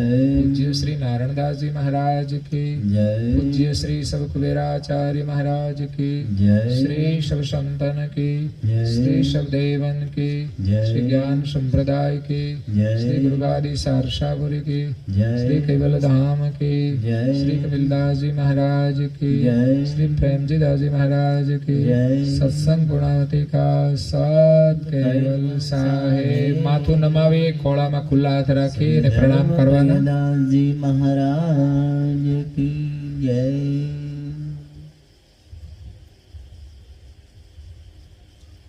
3 વાર પ્રણામ કરજો. સત કૈવલ સાહેબ બોલો જો. સાત આજુબાજુ સૌને બંને બાજુ પ્રેમથી સત કૈવલ સાહેબ, સત કૈવલ સાહેબ.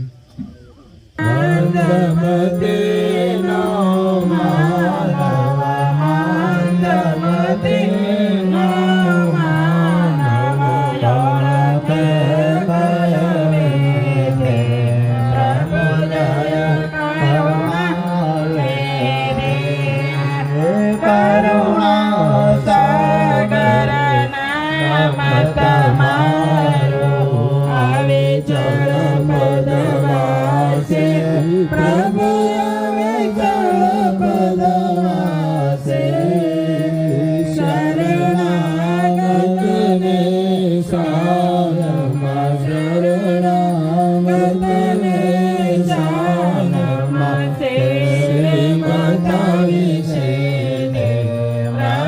જય કરુણાને જય કરુણાને પ્રભુ જય કરુણાને આરતી